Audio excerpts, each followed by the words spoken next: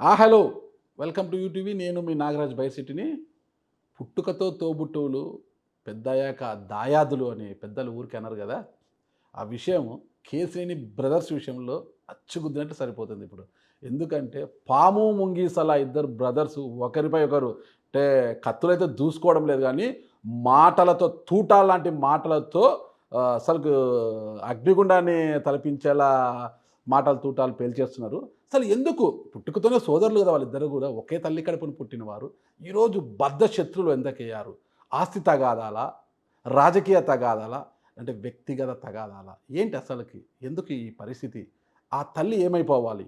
ఇద్దరు కొడుకులు చెరో దిక్కు వెళ్ళిపోయి ఇలాంటి విమర్శలు చేసుకుంటూ పోతే ఆ తల్లి ఏమైపోవాలి? ఒక్క కొడుకన్నా ఆ తల్లి గురించి ఆలోచిస్తున్నాడా అన్న పూర్తి విషయాలు ప్రస్తుతం చిన్న కుమారుడైన ఎంపీ కేసినేని శివనాథ్ అలియాస్ కేసినేని చిన్ని గారిని అడిగి తెలుసుకుంటాం. నమస్తే ఎంపీ గారు. గారు బాగున్నారా? బాగున్నాం. ఎట్లా ఉన్నారు మీరు? పర్వాలేదు, బాగానే ఉండండి. కొత్తగా ఛానల్ ఏర్పాటు చేశాను నేను, నా మిత్రుడు శివారాచార్య గారు కలిసి యూటీవీ అని. ఇంకా ముందుగా మీ ఛానల్కి కంగ్రాచులేషన్స్. ప్రతిరోజు వార్తలు, ఇటువంటి సంఘటనలు ఏదైనా ఉంటే తప్పకుండా ప్రజల ముందుకు నిష్పక్షపాతంగా తీసుకెళ్ళాలి, ధైర్యంగా తీసుకెళ్ళాలి. 100% ధైర్యం విషయంలో రాజీ పడము.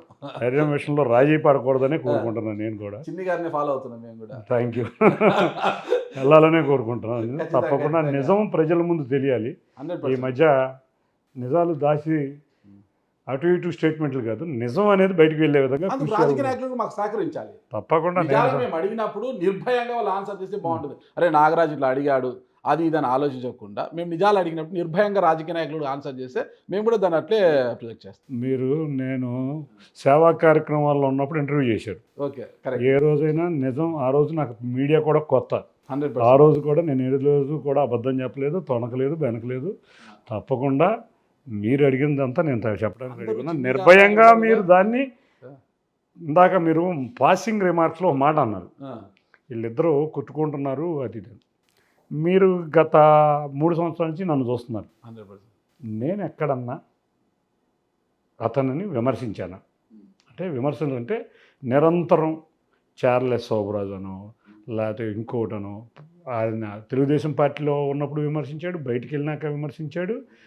నేను ఓపిక బట్టి ఇప్పటి వరకు కూడా నేను ఏ రోజు కూడా అతన్ని విమర్శించలేదు. నేను అంటే అక్కడ అంటే జరిగేది ఏంటంటే, ఒక సైడ్ జరుగుతున్నాయి, రెండో సైడ్ నుంచి రాట్లా. ఎందుకంటే పెద్దవాడనే గౌరవంతో అతడు ఎన్ని అక్రమాలు తప్పులు చేసినా నేను బెగబెట్టుకుని నుంచుని ఉంటున్నా. ఎందుకంటే ఆ గౌరవం ఇవ్వాలి అని. కానీ అది వన్ సైడ్ వచ్చే విమర్శలే. ఆ విమర్శలు దాటి శృతి మించేసి తాత్కాలికంగా నేను చెప్పేది చిన్న చిన్న ట్వీట్లే తప్పితే అతను విమర్శించిన సందర్భాలు లేవు, ఎక్కడా కూడా లేవు. మీరు అబ్జర్వ్ చేయండి. నేను అన్న చార్లెస్ శోభరాజు అని అన్నానా, లేకపోతే దొంగల ముఠ అన్నానా, లేకపోతే అదేదో అన్నాడు అంతకుముందు, వీడి మొహం చూసారా ఏదో అన్నాడు. ఏ రోజు నేను అటువంటి విమర్శలు, నేను ఎలక్షన్ సమయంలో కూడా ఒకటే కోరా, నువ్వు నియోజకవర్గానికి ఏం చేసావో చెప్పు, అంతేగాని చెప్పలేకపోయాడు. నేను 4 క్వశ్చన్లు చెప్పాను, దాన్ని మీరు అడిగే దాంట్లో కూడా నేను చెప్పగలను. నిజం మీరు కూడా, అందుకే నిజం కరెక్ట్గా చెప్పండి. వన్ సైడ్ నుంచి దాడిలే కానీ రెండో సైడ్ నుంచి ఏ రోజు కూడా ఇది చేయటం కానీ దాడి చేయటం కానీ లేదు. ఓకే, మీ అన్న ఏం చేశాడనే ముందు మీరు కూడా ఆలోచించాలి కదా. అంటే టాటా ట్రస్ట్ను తీసుకొచ్చి ప్రతి గ్రామంలో వైద్య శిబిరాలు పెట్టించి అందరికీ కూడా వైద్య సేకరణలు అందించడంలో అయితేనేమి, ప్రతి గ్రామంలో బోర్లు వేయించడంలో, నీటి ఎద్దడి ఉన్న ప్రతి గ్రామంలో బోర్లు వేయించారు, చాలా చేశారు కదా. వాటిని కూడా కేసినేని నాని అంటేనే విజయవాడలో ఒక బ్రాండ్ అయింది. మరి చిన్ని గారంటే ఏం బ్రాండ్ కాబోతున్నారు అసలుకి? కేసినేని నాని అనేది బ్రాండ్ అయింది, కొంపడు కూడా అయింది. కేసినేని నాని అనేవాడు బ్రాండ్ అనేది ఏ రోజు లేదు. కేసినేని అనేది ఒక కంపెనీ బ్రాండ్ని నా బ్రాండ్ కింద ఎస్టాబ్లిష్ చేసుకుందామని తయారయ్యాడు. అట్టర్ ఫెయిల్యూర్ అయ్యాడు. కాబట్టే భారీ, ఎప్పుడైనా అంత డెవలప్ చేసినటువంటి ప్రజలు మీరు చూస్తే అధికారంలో ఉన్న ప్రతిపక్షంలో ఉన్న నారా చంద్రబాబు నాయుడు గారు నిరంతరం గెలుస్తాడు. ఎందుకు? ఆయన చేసిన అభివృద్ధి ప్రజలు గుర్తిస్తారు కాబట్టి. కరెక్ట్. ఈ విషయం చెప్తున్నా, ఆయన ఎంత వేవులైనా ఆయన గెలుస్తాడు. ఇట్లా అభివృద్ధి చేసేవాళ్ళు చంద్రబాబు గారైనా జగన్ గారైనా ఎంత వేవులైనా గెలుస్తారు. అంతేకాకుండా మోడీ గారు గెలుస్తారు. అంత చేసినోడైతే గెలవాలి కదా. తనకు గాలి కదా. నేనండి అదే అనేది, గాలిలో చంద్రబాబు నాయుడు గారు గెలవలేదా? అంటే వారి బలం వేరు, వీరి బలం వేరే కదా.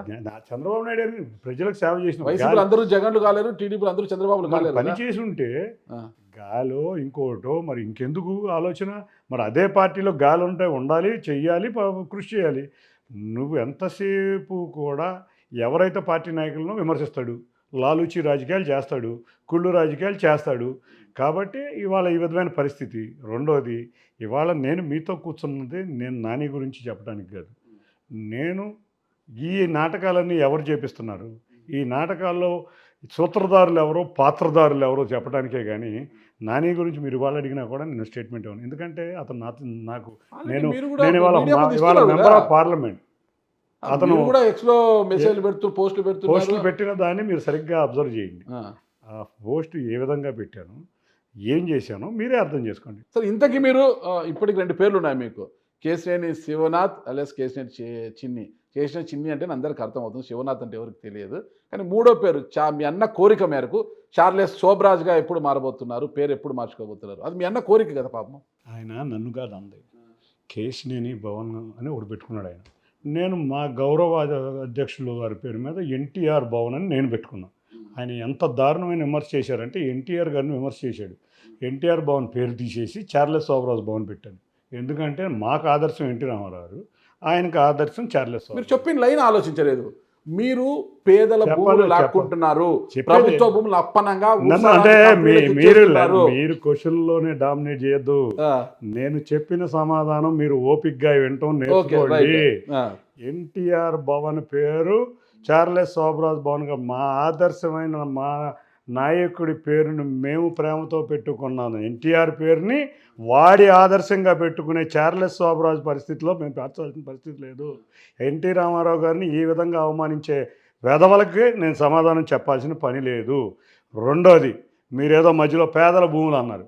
చెప్పండి, కాగితాలు ఇవ్వండి, ఎవరు పేదల భూములు ఆక్రమించుకున్నారో డేటా అంతా మా దగ్గర ఉంది, చూపిస్తాం. నీవు సోషల్ మీడియా పులిగా బిహేవ్ చేయొద్దు. జగన్ రెడ్డి నాటకాలలో సూత్రధారి పాత్రధారి వేషాల్లో దూరొద్దు. ఇవాళ ప్రజాప్రభుత్వం ఇక్కడ అధికారంలో ఉంది. ఈ ప్రజాప్రభుత్వాన్ని ప్రజలకు నిర్వచనం గమనిస్తున్నారు. అందుకే నిన్ను నీ నాయకుడైన జగన్ రెడ్డిని జీవితంలో ఏ విధంగా జరిగిన శృంగభంగం చేసి చూపించారు. మళ్ళీ ఇదే జగన్ ఎజెండాని తీసుకొచ్చి నువ్వు సోషల్ మీడియా పులివి, ఆ సోషల్ మీడియా పులిగా నువ్వు ఆ జగన్ రెడ్డి యొక్క ఆలోచనలు తీసుకొచ్చావంటే ఒప్పుకోను. నా మీద విమర్శలు చేసే ఎవరికైనా నేను ఒకటే చెప్తాను, సాక్ష్యాలు చూపించండి. కాలిని గొడ్డ మొహం మీద వేసి దాటేద్దామని చేయొద్దు. ఈ వ్యక్తి ఇవాళ ఇంకా లాస్ట్గా ఈ ఇంటర్వ్యూలో ఈ గురించి మాట్లాడుతున్నా. ఈ వ్యక్తి గత ప్రభుత్వ సమయంలో జగన్ రెడ్డితో లాలూచి అయ్యి, అక్కడున్న ఎమ్మెల్యేలతో లాలూచి అయ్యి, అక్కడున్న నాయకులతో లాలూచి అయ్యి ఆ రోజు మా నాయకులను తిట్టాడు, పార్టీలో ఉంటా మా నాయకులను తిట్టాడు, పార్టీలో ఉంటా మా కార్యకర్తలను తిట్టాడు, పార్టీలో ఉంటానే మా ఆది నాయకుడిని తిట్టాడు, మా యువ నాయకుడిని తిట్టాడు. అసలు ఈ జీవితమే ఒక చీకటి జీవితం. మీ అన్న జీవితం చీకటి జీవితం ఎప్పుడు తెలిసింది? ఎప్పుడో తెలుసు. అందుకే నేను గత 20 సంవత్సరాల నుంచి దూరంగానే ఉంటున్నాను. 2 విషయాలు గుర్తుంచుకోండి. ఇతనికి రాజకీయ భిక్షనిచ్చిన చిరంజీవి గారిని కూడా మొహం మీద గొడ్డ వేసి వెళ్ళిన వ్యక్తి. ఆ రోజు ప్రజారాజ్యంలో చిరంజీవి గారు డబ్బులు తీసుకుంటున్నాడు, అల్లు అరవింద్ గారు డబ్బులు తీసుకుంటున్నారని అందరినీ, పవన్ కళ్యాణ్ గారితో సహా ముగ్గురిని విమర్శించి తనకి నచ్చకపోతే బయటికి వెళ్ళిపోయిన వ్యక్తి. అదే విధంగా తెలుగుదేశంలోకి వచ్చినాక జగన్ రెడ్డితో లాలూచి వ్యవహారాలు చేసి 19 నుంచి 24 వరకు ప్రభుత్వ సమయంలో మా నాయకులు బుద్ధా వెంకన్నను విమర్శించారు, బోండా ఉమామహేశ్వరాన్ని విమర్శించారు, దేవినేని ఉమామహేశ్వరాన్ని విమర్శించారు, ఆఖరికి చంద్రబాబు నాయుడు గారిని విమర్శించారు, లోకేష్ గారిని విమర్శించాడు. ఇతను విమర్శించిన నాయకులు సొంత పార్టీలోనే లేరు. ఆ తర్వాత ఏ రోజు జగన్ రెడ్డిని విమర్శించలేదు, ఏ రోజు ఎటువంటి అన్యాయాలు ఇతనికి కనపడలేదు. ఇంకా చెప్పాలి అంటే అందుకే ప్రజలు చెప్పు పెట్టి దెబ్బ చేశారు. 3 లక్షల భారీ మెజార్టీ. నీ జీవితంలో ఏ రోజన్నా చూడలేని మెజార్టీ. అటువంటి మెజార్టీ ఇచ్చి ప్రజలు ఇటువంటి తప్పుడు ఆరోపణలన్నీ కూడా చేస్తున్నామని చెప్పి నీకు ప్రజా జీవితంలో అటువంటి సెలవు ఇచ్చారు. కాబట్టి ఇటువంటి ఆరోపణలు నేను నమ్మను, నేను వినను. ఇది మీరు ఇవాళ అడిగారు కాబట్టి చెప్పాను. కానీ ఇవన్నీ జగన్ రెడ్డి వెనకమాల ఉండి ఇవాళ ఉన్న చంద్రబాబు నాయుడు గారి కూటమి ప్రభుత్వాన్ని ఏ విధంగా చేయాలనే కుట్రలో భాగమే ఇది. ఇంకో కుట్ర. ఆయన నన్ను కాదు విమర్శించింది, చంద్రబాబు నాయుడు గారు తీసుకున్న డెసిషన్ విమర్శించాడు. క్యాబినెట్ తీసుకున్న డెసిషన్ విమర్శించాడు, క్యాబినెట్ని విమర్శిస్తున్నాడు. ఇవాళ ఇటువంటి విమర్శలు చేస్తా నన్ను అడ్డుపెట్టి జగన్ రెడ్డి చంద్రబాబు నాయుడు గారి మీద విమర్శలు చేపిస్తున్నాయి ఇటువంటి వ్యక్తులు. అందుకే ప్రజా జీవితంలో లేకుండా ఒక వ్యక్తినేమో పులివెందుల ఎమ్మెల్యేగా, ఇంకో వ్యక్తినేమో ప్రజా జీవితంలో లేకుండా ప్రజలు తీర్పిచ్చారు. మీరు ఆవేశపడుతున్నారు. నేను ఆవేశపడుతున్నా. ఒక్క నిమిషము. నాని గారు అన్న లైన్ ఏంటంటే ఎన్టీ రామారావు గారు విమర్శించలేదు, ఆయన అవమానపరచలేదు. నందమూరి మహానాయకుడు, తెలుగు జాతి ఆత్మగౌరవాన్ని నలు దిశలా వ్యాపింపజేసిన ఒక మహానుభావుడి పేరు పెట్టుకున్న చిన్ని గారు ఆ కార్యాలయంలో చేయకూడని పనులు చేస్తున్నారు, పేదల భూములు కబ్జా చేస్తున్నారు.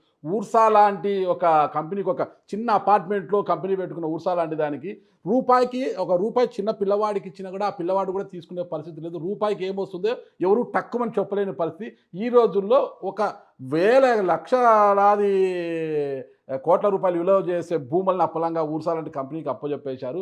భూ కబ్జాదారుడు అది ఇది. ఇతనికి ఉండాల్సింది మహానుభావుడు ఎన్టీ రామారావు గారి పేరు కాదు, భవనానికి చార్లెస్ శోభరాజ్ పేరు పెట్టుకోవాలి ఈయన అని అన్నారు. ఆయన మహానాయకుడు కదా. ఆయన పార్టీ ఆఫీస్ చూశారు ఈ మధ్య ఎప్పుడన్నా? నేను పెద్దగా చూడలేదండి. పార్టీ ఆఫీస్లో రామారావు గారి విగ్రహాన్ని తొలగించాడు. ఎంత కుట్రక్ దేశం ఉండబెట్టి తొలగిస్తాడు. నెంబర్ 1 అంటే రామారావు గారి మీద ప్రేమ, మహానాయకుడు అంటాడు, చేస్తాడు. రెండోది ఉర్సా నేనా క్యాబినెట్ నిర్ణయం అది. చంద్రబాబు నాయుడు గారు క్యాబినెట్ తీసుకున్నాను అంటే ఏం అర్థమవుతుంది మీకు దీంట్లో? సింపుల్గా జగన్ రెడ్డి కాదు సింపుల్గా జగన్ రెడ్డి అజెండాని తీసుకొచ్చి ఇక్కడ రుద్దుతున్నాడు, నన్ను అడ్డుపెట్టి రుద్దుతున్నాడు. నెంబర్ 2. మూడోది ఇవాళ అతను ఉర్సా భూములకి 99 పైసలకి ఇచ్చానంటున్నాడు. అక్కడ ప్రభుత్వం అంతా ముక్త కంఠంతో 50 లక్షలు కోటి రూపాయలు ఇచ్చి తీసుకున్నారు. 99 పైసలకి తీసుకోలేదని ఎవరో ప్రభుత్వ పెద్దలు చెప్పట్లేదా? నిరంతరం వాళ్ళు డాక్యుమెంట్స్తో సహా చూపిస్తున్నారు.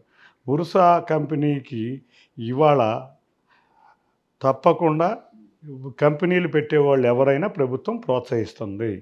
ప్రోత్సహించే క్రమంలో వాళ్ళు క్యాబినెట్ తీసుకున్న డెసిషన్ని జగన్ రెడ్డిని అడ్డుపెట్టుకుని, అంటే మహానాయకుడైన ఎన్టీ రామారావు గారు తీసుకున్న పార్టీలో చంద్రబాబు నాయుడు గారి యొక్క డెసిషన్స్ని నన్ను అడ్డుపెట్టి చంద్రబాబు నాయుడు గారిని విమర్శిస్తున్నాడా? క్యాబినెట్ని విమర్శిస్తున్నాడా?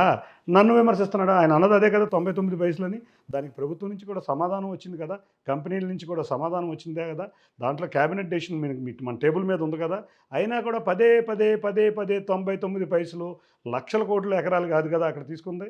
ఒకడు 60,000 ఎకరాలు అంటాడు, ఒక నాయకుడు వాళ్ళ నేత ఏమో 6,000 ఎకరాలు అంటాడు, ఒక మహానాయకురాలేమో 60,000 ఎకరాలు అనుద్ది.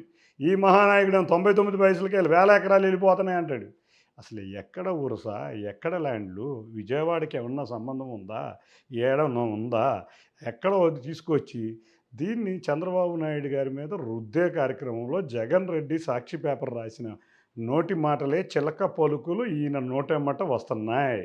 దాన్ని నన్ను పెట్టి, నన్ను బూచిగా చూపించి నేను నిన్ను విమర్శించట్లేదని ప్రజల్లో ఒక అమాయకులుగా నాటకాలు ఆడటం వీళ్ళకి ఇలా నేతకి ఇదే. కాబట్టి ఈ నేత డైరెక్షన్లో మీరు చూస్తే వాళ్ళ నేతను కూడా మీరు ఒకటి గుర్తుంచుకోండి. ఫస్ట్ బాబాయ్ గొడ్డల కేసు ఒక డ్రామా, తర్వాత కోడికత్తి ఒక డ్రామా, తర్వాత గులకరాయి ఒక డ్రామా, మొన్న హెలికాప్టర్ ఒక డ్రామా, ఇప్పుడు ఉరుసు ఒకటి డ్రామా. ఈయన మొన్న చూస్తే 6,000 ఎకరాలు ఇచ్చేశారు అన్నాడు. ఏది చూపించండి? 99 పైసలకి ఇచ్చేశారు అన్నాడు. చెప్పండి. ఎన్ని అబద్ధపు మాటలతో ప్రజల్ని అబద్ధాలతో చెప్పి ప్రజలు నడిపించటంలో ఈయన నాయకులు అందరూ కూడా సిద్ధహస్తులు. మూడోది నేను అనేది ల్యాండ్ పేదలు ఆక్రమించుకుంటున్నాం. ఒక్కటి నేను అదే అనేది, గుడ్డకాలి మీద వేయటం కాదు. నీ దగ్గర ఒక్క కాగితం, ఒక్క పేదవాడిది నేను తీసుకున్నానంటే డైరెక్ట్గా ఆయన తీసుకొచ్చి చూపించు. మీలాంటి జర్నలిస్టులు తీసుకొచ్చి చూపించి నేను మాట్లాడించు. ఇదిగో పలానా ల్యాండ్, పలానా సర్వే నెంబర్లో పలానా నువ్వు తీసుకున్నావు, లేకపోతే నేను తీసుకున్నాను. విజయవాడలో నాకు వ్యాపారం అనేది ఏదీ లేదు కాబట్టి చూపించి ఇదిగో చూపించాను అని చెప్పచ్చు. కానీ ఉండమనండి, మంచిది, చాలా మంచిది. ఎందుకంటే ఇతను ఆక్రమణదారులు చాలామంది ఉన్నారు, ఇతను నాయకుడి యొక్క ఆక్రమణదారులు చాలామంది ఉన్నారు. వాళ్ళు కంప్లైంట్లు కూడా ఇవ్వడానికి రెడీగా ఉన్నారు. తప్పకుండా భూ కబ్జాదారుడు ఎవడో, బ్యాంకులకి ఎగ్గొట్టింది ఎవడో అన్నీ తెలుస్తాయి. అంటే అసలు నానిగారు ఓటమి తరువాత ఒక నెల రోజులకే పార్టీ, అంటే వైసీపీ పార్టీ జెండాలు, ఫ్లాగ్లని తీసి పడేయడం అవన్నీ జరిగింది. ఆయన భవంతికి పెద్ద పెద్ద ఫ్లెక్సీలు కట్టినాడు కదా, ఆయన ఏమైనా తీసేశాడు. అంటే రాజకీయాల్లో ఇంకా సైలెంట్ అయిపోయాడు అని అనుకున్నారు అందరూ కూడా. కానీ మీ విషయంలో మాత్రము అంటే చిన్ని అంతు చూసేంత వరకు నిద్రపోను అన్నట్టుగా మీ విషయంలో మాత్రం ఇలా ఒంటికాలు పెళ్ళేస్తున్నారు ఏంటి అసలుకి?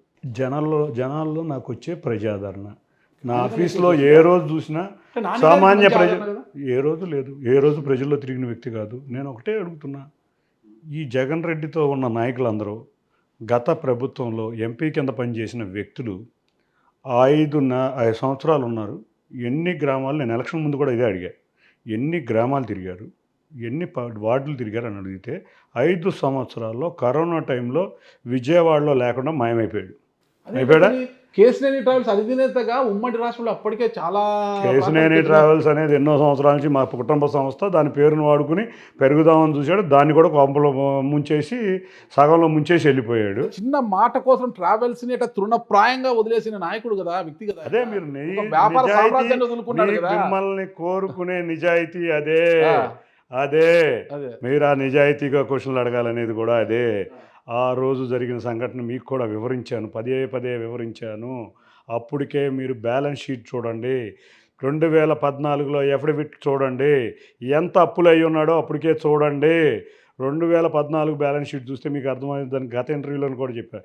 కానీ మీరు పదే ఒకటే మాట, తృణప్రాయం ఒకటే వదిలేశాడు. ఎందుకు వదిలేశాడు? ఆ రోజు ఫైనాన్స్ కంపెనీలో బళ్ళు సీజ్ అవుతున్నాయి కాబట్టి ఆ రోజు ఏదో వంక పెట్టుకుని గౌరవ టీసీ గారిని అడ్డు పెట్టుకుని, ప్రభుత్వ ఉద్యోగులను అడ్డు పెట్టుకుని మూసేశాడని గత ఇంటర్వ్యూలో. మీ నిజాయితీని కూడా నేను అదే ప్రశ్నిస్తున్నా. తప్పకుండా మీరు నిజాయితీగా చెయ్యండి. 100%. నేను బ్యాలెన్స్ షీట్ చూపిస్తాను, 2014 బ్యాలెన్స్ షీట్ అది కూడా తీస్తాం. ఎన్ని అప్పులు ఎందుకు అయినాయో మూసేశాడని చూపిస్తాను, కూడా చేస్తాం. ఎన్ని బళ్ళు సీజ్ అయినాయో కూడా చూపిస్తా. ఆ. అన్ని రికార్డెడ్ థింగ్స్. ట్రాన్స్పోర్ట్ కమిషన్ తో గొడవకి వెళ్ళాడు కదా. వెళ్ళాడు, ఎందుకు వెళ్ళాడో కూడా తెలుసుద్ది కదా మీకు. ఆ రోజు సంఘటనలో మీరు తీస్తే, ఆ రోజు సంఘటనలు జరిగింది ఏంటి? తోటి ట్రావెల్స్ ఓనర్లు ట్రేడ్ మూసేయాలనే సంకల్పంతో ఆ రోజు వెళ్ళిన సంఘటన. ఆ రోజు పేపర్లు తీయండి, జరిగింది ఏంటో తెలుసుద్ది కదా. ఆ రోజు నిజంగా జరిగింది ఏదో టీసీని అడగొచ్చు, అక్కడ అందరూ అడగొచ్చు. ఆ రోజు జరిగింది, తన బస్సులన్నీ ఆగిపోతున్నాయి, ఫైనాన్స్ తోటి బస్సులు పెరుగుతున్నాయి. ఆ రోజు ఆరెంజ్ ట్రావెల్స్ మీరు చూసి ఉంటారు. ఆ రోజు కూడా ఆరెంజ్ ట్రావెల్స్ని విమర్శించాడు, మార్నింగ్ స్టార్ విమర్శించాడు, ట్రేడ్లో ఉన్న అందరినీ విమర్శించి ఆ రోజు తను ఆఖరికి యాక్సిడెంట్ అయిన బస్సు కూడా షెడ్డుకు తెచ్చుకోలేని పరిస్థితి, అంత ఆర్థిక పరిస్థితుల నుంచి తప్పించుకోవడానికి ఆ రోజు ట్రాన్స్పోర్ట్ కమిషనర్ మీద ఒక డ్రామా, జగన్ రెడ్డి డ్రామాలాగే ఈ కూడా పెద్ద డ్రామా ఆర్టిస్ట్ కాబట్టి ఆ డ్రామా నడిపించి మూసేశాడు. నేను మొన్న కూడా మీకు అదే చెప్పాను, పదే తృణప్రాయం అనొద్దు, ఆరిపోయిన బిజినెస్ని అంత గట్టి వెళ్ళిపోయాడు. ఇది నేను అందుకే నిర్భయంగా మీరు అడగండి, నిర్భయంగా నేను చెప్తాను అంటున్నా. మీరు అందుకే నిర్భయంగా అడగాలి. అక్కడెక్కడో అతన్ని ఎక్కడికో తీసుకెళ్ళి సూర్యుడు బూరుడు అని దొంగలను తీసుకెళ్ళి అది చూపిస్తేనే మనం చేసుకున్న మన యొక్క దరిద్రం. అన్నని డ్రామా ఆర్టిస్ట్ అంటున్నారు కదా, ఆ కళ కొంతైనా తమ్ముడికి ఆ రక్తం కదా అంటింటది కదా, కొంత ఏమైనా ఉందా మీకు? చూస్తున్నారు కదా ఇవాళ విజయవాడ ప్రజలు కానీ, నా కార్యకర్తలు కానీ, నా నాయకులు కానీ నన్ను చూశారు, ఆయన చూశారు. ఇవాళకి 7 నియోజకవర్గ ఎమ్మెల్యేలు నన్ను అభిమానిస్తారు, నాయకులు అభిమానిస్తారు. ఒక్క యాంటీ లేదే, ఒక్క యాంటీ. 7 ఆ రోజు ఆయనతో ఉన్నాడు కదా, 7 కూడా ఒక్కళ్ళు ఆయనతో పడినోళ్ళు ఉన్నారా? రెండోది, మీరు 7 మంది మీతో బాగున్నారా? బ్రహ్మాండంగా ఉంటాం మేమంతా యూనిటీగా. బోండమ్మ గారికి మీకు పెద్దగా సఖ్యత లేదు అంటున్నారు. నా ఫోన్ చూస్తే పొద్దునే 3-4 సార్లు మాట్లాడుకున్నాం. బోండమ్మ గారు మీకు గుర్తుందో లేదు, మన నిన్న వసంత కృష్ణ ప్రసాద్ గారు అసలు ఆవేశంతో రగిలిపోతున్నారు. వాళ్ళ దగ్గర ఉండే ఆ డస్ట్ అంతా కూడా, పవర్ ప్లాంట్ చూసే డస్ట్ అంతా మీ అనుచరులు తోడేసుకొని పోతున్నారు, ఆయన ఆవేదంతో రగిలిపోతున్నారు. ఆయన ఇంకా మీ శిష్యుడు కొలకపూడి శ్రీనివాస్ గారు అయితే ఇక కదా అతను ఏదో బోండా ఉమా గారు నిన్న కాక మొన్న ప్రెస్ మీట్ పెట్టారు. నానిని నా గురించి చెడామెడ ఏకేసింది బోండా ఉమా గారు. పార్టీ లైన్ కదా, పార్టీ లైన్ కాదు, పార్టీ లైన్ ఉండదు, అది పార్టీ గురించి అలా ఇండివిజువల్ లైన్. ఇది పార్టీకి సమస్య కాదు, ఇండివిజువల్ లైన్. పొద్దున్నే చూస్తే నా ఫోన్ చూస్తే బోండా ఉమా గారు నేను 10-15 వర్షాలు రోజు మాట్లాడుకుంటాం. అసలు నన్ను రాజకీయాల్లో నా చెయ్యుంచి నడిపిన వ్యక్తి బోండా ఉమా. కాబట్టి అతనికి నేను ఏ రోజు, అతను నాకు సీనియర్, మా పాలిట్ బ్యూరో మెంబరు ప్లస్ విప్, కాబట్టి నాకన్నా ఆయనే ఇంపార్టెంట్. అన్నం చూసి పెరగలేదా మీరు రాజకీయాల్లో? చిచ్చి అతని దగ్గర ఇప్పుడు పెరగలేదు. 2 విషయాలు. బోండా ఉమా మీరు అడిగిన దాన్ని అదే, మీరు స్కిప్ వెళ్ళొద్దు, స్కిప్ వెళ్ళకుండా వినాలి. రెండోది, నాకు నియోజకవర్గంలో చీమ చిట్టుక్కుమన్నా చెప్పేది వసంత కృష్ణప్రసాద్. నేను ఇట్లా చేద్దాం, ఈ పోస్ట్ వేద్దాం, ఇది చేద్దాం అని నాకు అత్యంత స్నేహితుడిగా ఉండేది వసంత కృష్ణప్రసాద్. 7గురిలో అత్యంత స్నేహితుడిగా ఉండేది కృష్ణప్రసాద్. అత్యంత మార్గదర్శిగా ఉండేది బోండమ్మ. ఇక కొలికిపూడి వస్తారా, కొలికిపూడి అనేవాడు ఏ రోజు నన్ను విమర్శించడు, చంద్రబాబు నాయుడు గారిని విమర్శించడు. అక్కడ పార్టీలో మిమ్మల్ని ఎందుకు విమర్శిస్తాడు? పట్టు టికెట్ ఇప్పించింది మీరే కదా. ఇచ్చింది నేనే, తప్పేం కాదు కదా. ఒక నాయకుడిని తీసుకొచ్చాం, గెలిపించాం, ఎమ్మెల్యేని చేసాం. కాబట్టి అతను కూడా ప్రతి మీటింగ్లోనూ నన్ను చిన్నన్నయ్య తీసుకొచ్చాడు. నన్ను చంద్రబాబు నాయుడు గారు, లోకేష్, చిన్నన్నయ్య నాకు నాయకులని ప్రతి మీటింగ్లోనూ అతను చెప్పే ప్రతి ఇంటర్వ్యూలోనూ ప్రతిదీ దాంట్లోనూ వాళ్ళిద్దరితో పాటు నా పేరు కూడా వస్తూ ఉంటుంది. మరి మాకు తేడాలు ఉన్నాయని మీరు ఎట్లా చెబుతున్నారో నాకు తెలియదు. నాకు ఒక చెల్లిగా సౌమ్య, ఒక మార్గదర్శిగా బోండమ్మ, ఒక స్నేహితుడిగా వసంత కృష్ణప్రసాద్, కలిసిన తిరిగిన వ్యక్తులుగా శ్రీరామ్ తాతయ్య కానీ లేకపోతే కొలికిపూడి కానీ, అన్నిటికన్నా ముఖ్యంగా సీనియర్ పొలిటీషియన్ అయిన గద్దె రామ్మోహన్ రావు గారిని నేను అనుసరిస్తూ ఉంటాను. ఆయన వేలో ప్రజల దగ్గరికి వెళ్ళడం అనేది ఆయన. ఇట్లా 7గురు కూడా నన్ను ఏ రోజు కూడా సుజనా చౌదరి గారు ఉన్నారంటే ఆయన దగ్గరికి వెళ్ళి నేనే సలహాలు తీసుకుంటా, ఆయన దగ్గరికి నేనే వెళ్తా, ఆయనతో పాటే తిరుగుతా. ఎందుకంటే ఆయన కేంద్ర మంత్రి చేసిన వ్యక్తి. ఇటువంటి వ్యక్తులకి నేను ఎంపీ అయినా కూడా వాళ్ళ దగ్గరికి వెళ్ళి, వీళ్ళందరూ కూడా నాకన్నా సీనియర్లు, ఒక కొలికిపూడి శ్రీనివాసరావు తప్పితే వీళ్ళందరూ కూడా నాకన్నా సీనియర్లు. వాళ్ళతో కలిసి వెళ్తాను, వాళ్ళతో కలిసి తిరుగుతాను. మీరు ఫలానా వ్యక్తితో చేస్తున్నారని అంటే చెప్పండి. రెండోది, మీరేదో బూడిద అన్నారు, ఎక్కడ చేస్తున్నాను చెప్పండి. ఇవాళ ఇంకొక విషయం, ఇబ్రహీంపట్నంలో ఉంది కదా. ఇబ్రహీంపట్నంలో మీరు చూశారో లేదో, మా ప్రభుత్వం దానికి టెండర్ వేసింది. ఇదే నేను చెప్పేది. మాఫియా మాఫియా అని చెప్పే వ్యక్తులు తెలుసుకోవాల్సింది ఏంటంటే, వాళ్ళ మొత్తం బూడిదంతా కూడా టెండర్ ప్రాసెస్లో జరుగుతుంది. కళ్ళు పోయిన వాళ్ళకి, కళ్ళు కబోదులు అయిన వాళ్ళకి, డ్రామాగా నటించే వాళ్ళకి తెలియట్లేదేమో కానీ అది టెండర్ ప్రాసెస్ జరుగుతుంది. రాజు తలుచుకుంటే కొరడా దెబ్బలకు కొదవంటే టెండర్ పోయినా కూడా ఎవరి భాగం వాళ్ళకి పోతుంది. రోడ్లకు కావచ్చు, అన్నిటికీ అదే వాడుతున్నారు కదా ఇప్పుడు అంతా కూడా తీసుకెళ్ళి. ఇంకా మీకు అంత పికప్ అవ్వలేదు కదా సార్. ఇంకా అమరావతి పనులే మొదలవ్వలేదు, ఇంకా రోడ్లేం మొదలవుతాయి సార్. మీరు గత 8 నెలల నుంచి మేము అమరావతినే లైన్లో తీసుకురాలేకపోయాం. ఇంకా రోడ్ల పనులు ఏడ మొదలవుతాయి మీరే చెప్పండి. ఏమన్నా మొదలైనయా? గత ప్రభుత్వంలో ఏమన్నా ఉన్నాయా? ఈ ప్రభుత్వంలోనే కదా నేషనల్ హైవే తప్పితే ఏమన్నా ఉందా? కాబట్టి పనులు మొదలైనాక టెండర్కి వెళ్ళాం కాబట్టి టెండర్ బోర్డుకి వెళ్తుంది. కానీ ఇటువంటి వాళ్ళు, అదే నేను అనేది, గొడ్డ కాల్చి వేయొద్దు, స్పెసిఫిక్గా ఇవ్వండి, అదే నేను కోరేది. ప్రతి నియోజకవర్గంలో చిన్ని గారు సొంత క్యాడర్ని తయారు చేసుకుంటున్నారు. ఇది ఎమ్మెల్యేలకు కొంత కంటగింపుగా ఉంది అంటున్నారు. నేను ఎమ్మెల్యేలు అందరం కలిసే తిరుగుతాం. ఎమ్మెల్యే లేకుండా నేను ఏ నియోజకవర్గానికి వెళ్ళను, ఎమ్మెల్యే పర్మిషన్ లేకుండా నేను ఏ నియోజకవర్గానికి వెళ్ళను. నేను ఏదన్నా కార్యక్రమం చేస్తే ఎమ్మెల్యే లేకుండా ఏ కార్యక్రమము చేయను. ఇటువంటివన్నీ కూడా ఏ రోజు కూడా మీరు ఎమ్మెల్యేలను కూడా ఫోన్లో ఇంటర్వ్యూ చేయండి. మన ఇద్దరం ఉన్నాం కదా, మీరు అనుమానం వచ్చిన ఎమ్మెల్యే 7 మంది ఎమ్మెల్యేలు ఒకవైపు, మిమ్మల్ని ఒకవైపు కూర్చోబెట్టి ఒక రోజు ఇంటర్వ్యూ చేస్తారు ఖచ్చితంగా. నేను ఎట్లా వాళ్ళతో 7 మందితో మధ్యలో కూర్చోబెట్టి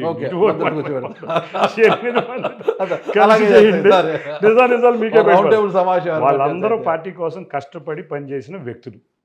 నాకున్నది ఒకటే ఒక పార్టీ. నాకు చంద్రబాబు నాయుడు గారి group, Telugu Desam party group, Nara Lokesh గారి గ్రూపు.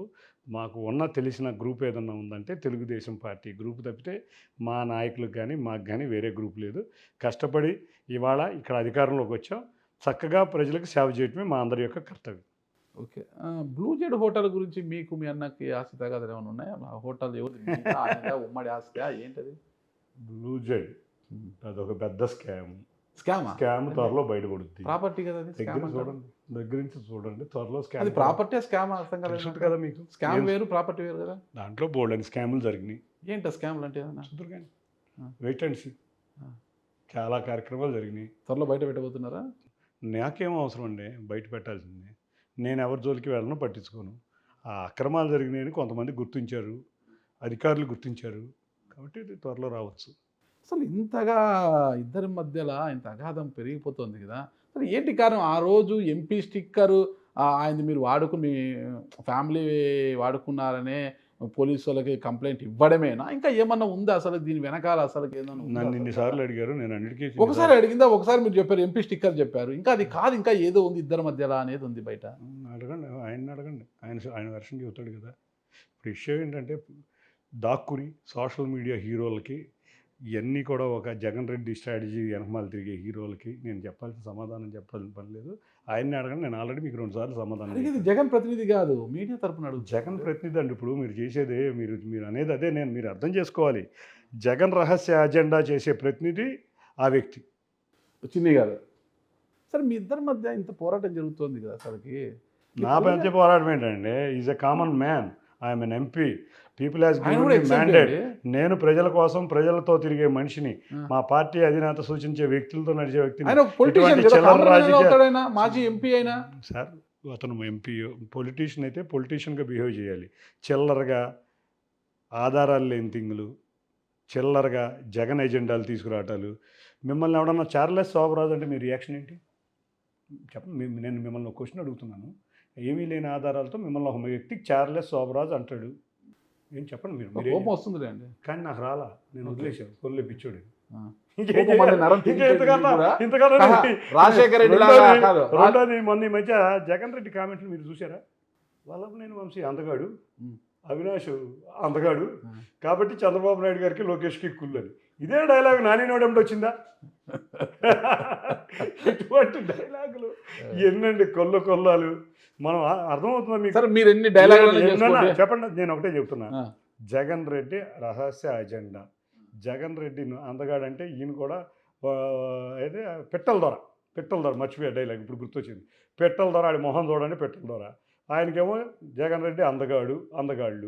రెండోది వచ్చేపాటికి ఏదైతే క్యాబినెట్ డెసిషన్ సాక్షి పేపరో ఇంకేదో వెబ్సైటో రాసిన దాన్ని నువ్వు నీ ఎజెండా కింద తీసుకుని నువ్వు ఇంప్లిమెంట్ చేస్తున్నావు.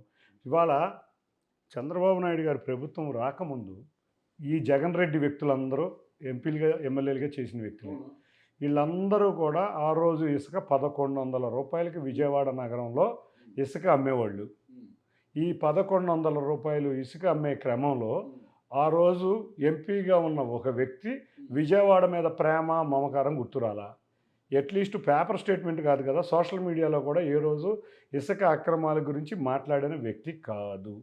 రెండోది, ఆ రోజు కొంతమంది వ్యక్తులతో ఇదే వ్యాపారంలో రకరకాలుగా ఆర్జించిన వ్యక్తులు వీళ్ళు.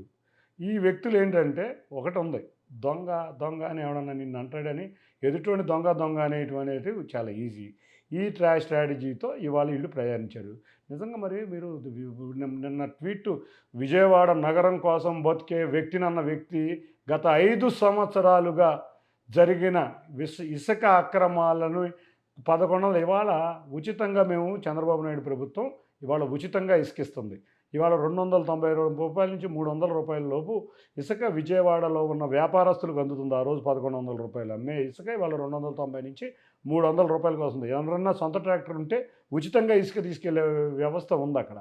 అంటే ఆ రోజు వాళ్ళతో లాలూచీలు, డబ్బులు పంచుకుంటారు, అన్నీ పంచుకుంటారు. ఇవాళ వచ్చి నీకు ప్రజాక్షేమం గుర్తొచ్చిందంటే ఇది జగన్ ఎజెండా కాకుండా మరి ఏమవుతుంది? మీరే చెప్పండి. యాజ్ ఏ నిర్భయంగా లేకుండా జర్నలిస్ట్గా నేను అడుగుతున్నా మిమ్మల్ని, ఆ రోజు 1100 ఉందా లేదా? ఒకే కార్పొరేట్ సంస్థకి ఇక్కడ ఉన్న వాళ్ళందరూ కలిసి దాన్ని చేశారా లేదా? ఇవాళ మేము చంద్రన్న ఉచిత ఇసుక బీమా పెట్టామా లేదా? విజయవాడలో ఉన్న బిల్డర్లను అడగండి, 300 రూపాయలకి వస్తుందా లేదా? ఆ రోజు 1100 రూపాయలకి వచ్చిందా లేదా? ఆ రోజు ఏ రోజన్నా ఇల్లు ట్వీట్ చేశారా? అట్లీస్ట్ ఉద్యమం కాదు, ప్రెస్ ముందుకు రావడం కాదు, అట్లీస్ట్ ఒక ట్వీట్ ఇట్లా ఆరిపోయారు. ఆ రోజు ఎంతమంది కార్మికులు ఉపాధి కోల్పోయి ఆరిపోయి, ఎంతమంది భూ యజమానులు, బిల్డర్లు వృత్తిలో ఆత్మహత్య చేసుకున్న రోజులు ఉన్నాయి. ఆ రోజు ఒక్కరోజు క్వశ్చన్ చేసింది లేదు.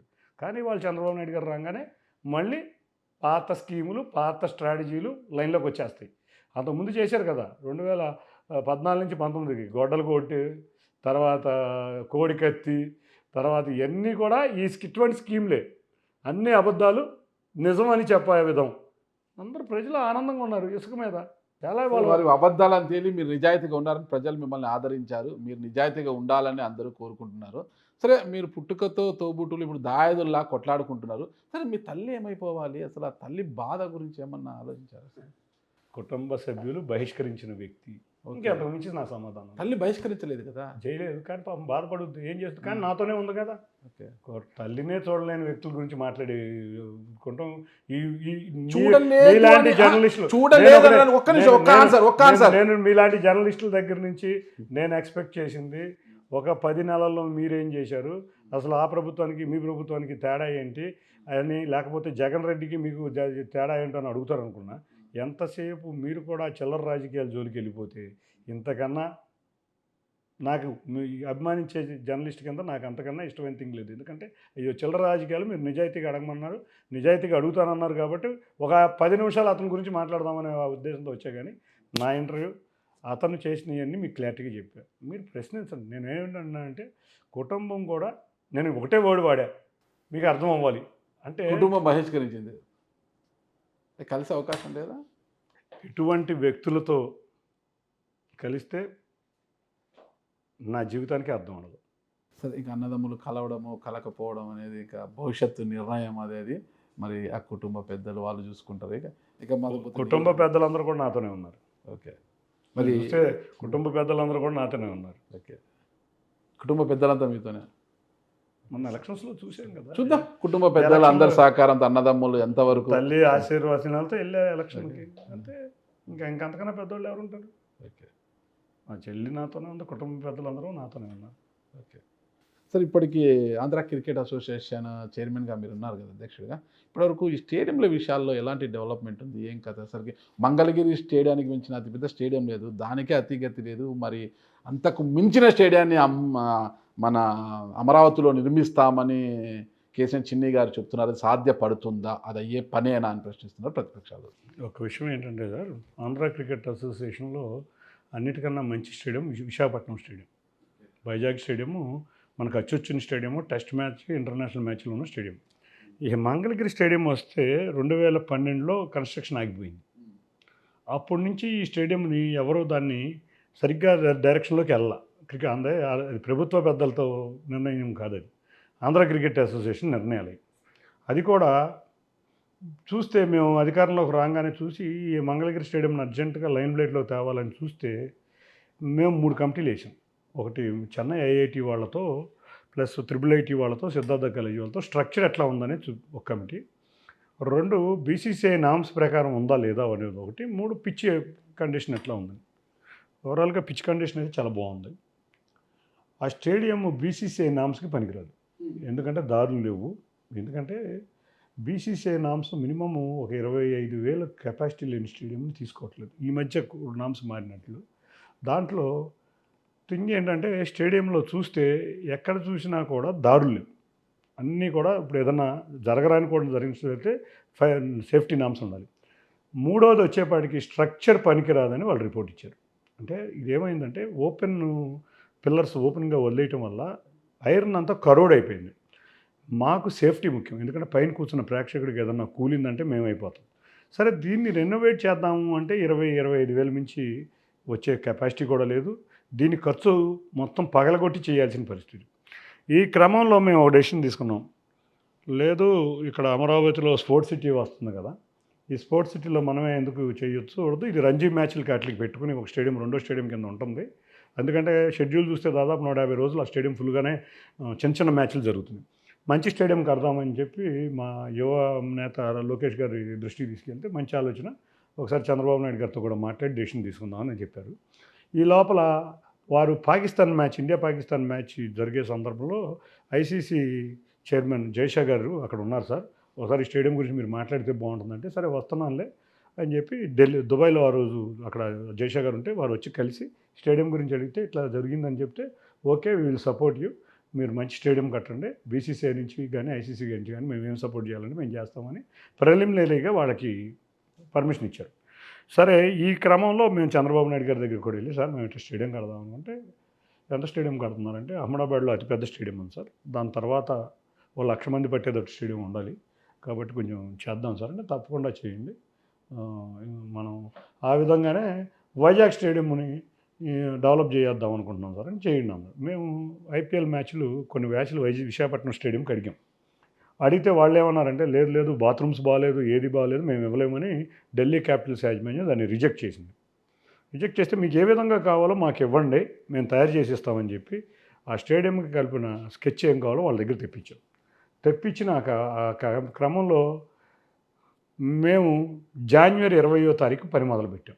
ఛాలెంజ్గా తీసుకుని 45 రోజుల్లో ఆ స్టేడియం రూపురేఖలు మార్చాం. మీరు చూస్తే అదొక మాల స్టేడియమా అనే విధంగా తీసుకొచ్చి చూస్తే 34 బాక్సులు తయారు చేసాం, 252 టాయిలెట్స్ పగలగొట్టి కొత్త టాయిలెట్స్ కట్టాం. చాలా దారుణంగా ఉండేది అక్కడ టాయిలెట్స్ పరిస్థితి. లేడీ టాయిలెట్‌లో ఒరిస్సా ప్యాన్ ఉండేది. హైజెనిక్ టాయిలెట్స్ చేసాం. స్టేడియంలో ఉన్న డ్రెస్సింగ్ రూమ్స్ మార్చాం. ఇట్లా టోటల్‌గా ఒక విశాఖపట్నం స్టేడియం యొక్క రూపురేఖలు మార్చి ఐపీఎల్ మ్యాచ్లు తెచ్చాం. 45 రోజుల్లో 800 నుంచి 900 మంది కార్మికులు హైదరాబాద్ నుంచి కానీ, విజయవాడ నుంచి కానీ, కాకినాడ నుంచి కానీ, వైజాగ్ నుంచి కానీ వచ్చి అక్కడ పనిచేశారు. భారీ ఎత్తున లిఫ్ట్లు ఏర్పాటు చేసాం. దాదాపు 8 లిఫ్ట్లు, కొత్త లిఫ్ట్లు ఏర్పాటు చేసాం. ఈ అన్నిటితో పాటు సీట్లు మార్చాం. ఇంకొక 2 స్టాండ్లు సీట్లు మార్చాలి. దాన్ని చూస్తే జైషా గారు వచ్చి విశాఖపట్నం స్టేడియం చూసి, లోకేష్ గారు కూడా ఉన్నారు ఆ రోజు, ఇది ఢిల్లీ స్టేడియం కన్నా చాలా బాగుంది అని చెప్పి జిఎంఆర్ ప్రతినిధులను పిలిచి, ఆ రోజు కిరణ్ గారు ఉన్నారు జిఎంఆర్, ఢిల్లీ స్టేడియం కన్నా బాగుంది, దీంట్లో ఇంకెక్కువ మ్యాచ్లు ఇవ్వండి అంటే, ఈ సీజన్కి ఇచ్చాము సార్, నెక్స్ట్ సీజన్ పెంచుతాము సార్ అని, తప్పకుండా ఇవ్వండి అని అన్నారు. ఆ తర్వాత మ్యాచ్ జరిగే క్రమంలో ఆయన చివరి వరకు కూర్చున్నారు. తర్వాత కూడా 2:30 గంటలు కూర్చున్నారు. చూసి డ్రెస్సింగ్ రూమ్ చూసి, ఏంటి అసలు మహమ్మదాబాద్లో కూడా లేవు ఇటువంటి డ్రెస్సింగ్ రూమ్లు, చాలా బాగా చేశారు. లోపల ప్లేయర్లకు అవసరమైన ఐస్ బాత్, స్పాలు, రెండిట్లోనూ 2 ఐస్ బాతులు, 2 స్పాలు ఇట్లా ఏర్పాటు చేశారు. చాలా బాగుంది, మీకు మరిన్ని మ్యాచ్లు ఇస్తామని చెప్పి, మహిళా క్రికెట్ వరల్డ్ కప్ జరుగుతుంది, దాంట్లో మ్యాచ్లు కూడా ఇస్తాం, ప్రతినిత్యం వైజాగ్లో మ్యాచ్లు ఉండే విధంగా చేస్తామని చెప్పి చేశారు. కాబట్టి అంటే మనం ఒక డెవలప్ చేసే విధంగా, అంటే వచ్చిన పెద్దలు కూడా ఆకట్టుకునే విధంగా తయారు చేసి చేసాం.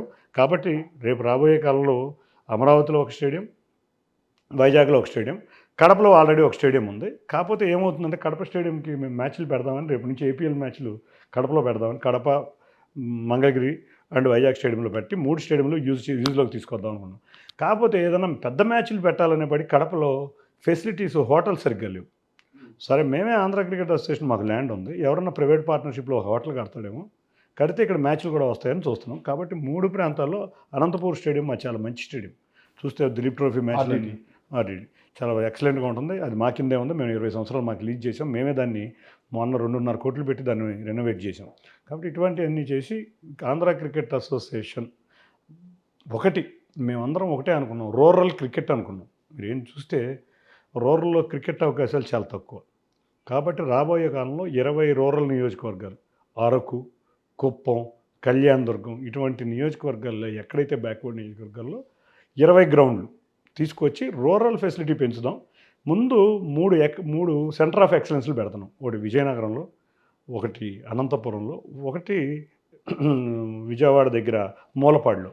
ఈ 3 అకాడమీస్లో ప్లేయర్లకి ట్రైనింగ్ ఇచ్చే విధంగా విదేశీ కోచ్లను పెట్టి, బౌలింగ్, బ్యాటింగ్ కోచ్లు మన దేశం వాళ్ళు కూడా ఉన్నారు. ఇవాళ మేము తీసుకొచ్చింది ఇప్పుడు ప్రస్తుతం మన దేశం వాళ్ళే, కానీ ఫీల్డింగ్ కోచ్ విదేశీ కోచ్లే కాదు, మన దేశంలో కూడా ఇవాళ మేము పెట్టింది ఇవాళ ఇద్దరు కూడా మన దేశం వాళ్ళే.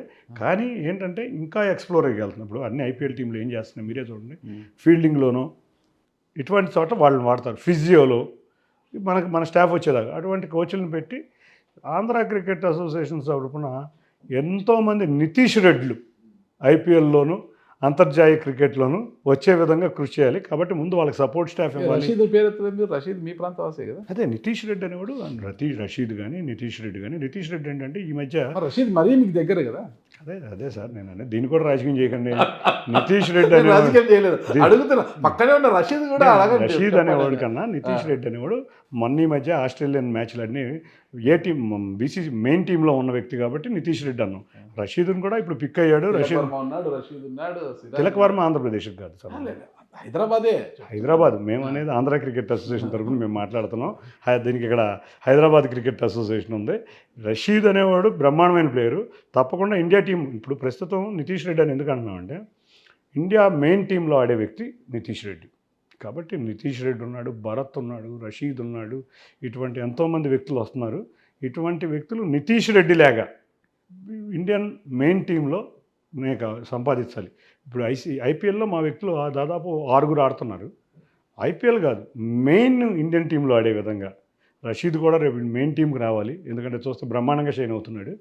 మెయిన్ టీం ఆడే విధంగా మేము చెప్పేది, అందుకని ఆయన పేరు అయితే మెయిన్ టీం ఆడుతున్నాడు కాబట్టి మెయిన్ టీం ఆడే విధంగా ఉండాలని మేము ప్రణాళికలు రచించాం. కానీ మాకు కావాల్సింది ఏంటంటే ముందు ఇన్ఫ్రా ఇవ్వాలి. మేము ఇన్ఫ్రా ఇవ్వకుండా నేను పంపించేస్తాను అని మిగతా వాళ్ళలాగా మేము శుద్ధపోస కబుర్లు చెప్పాం.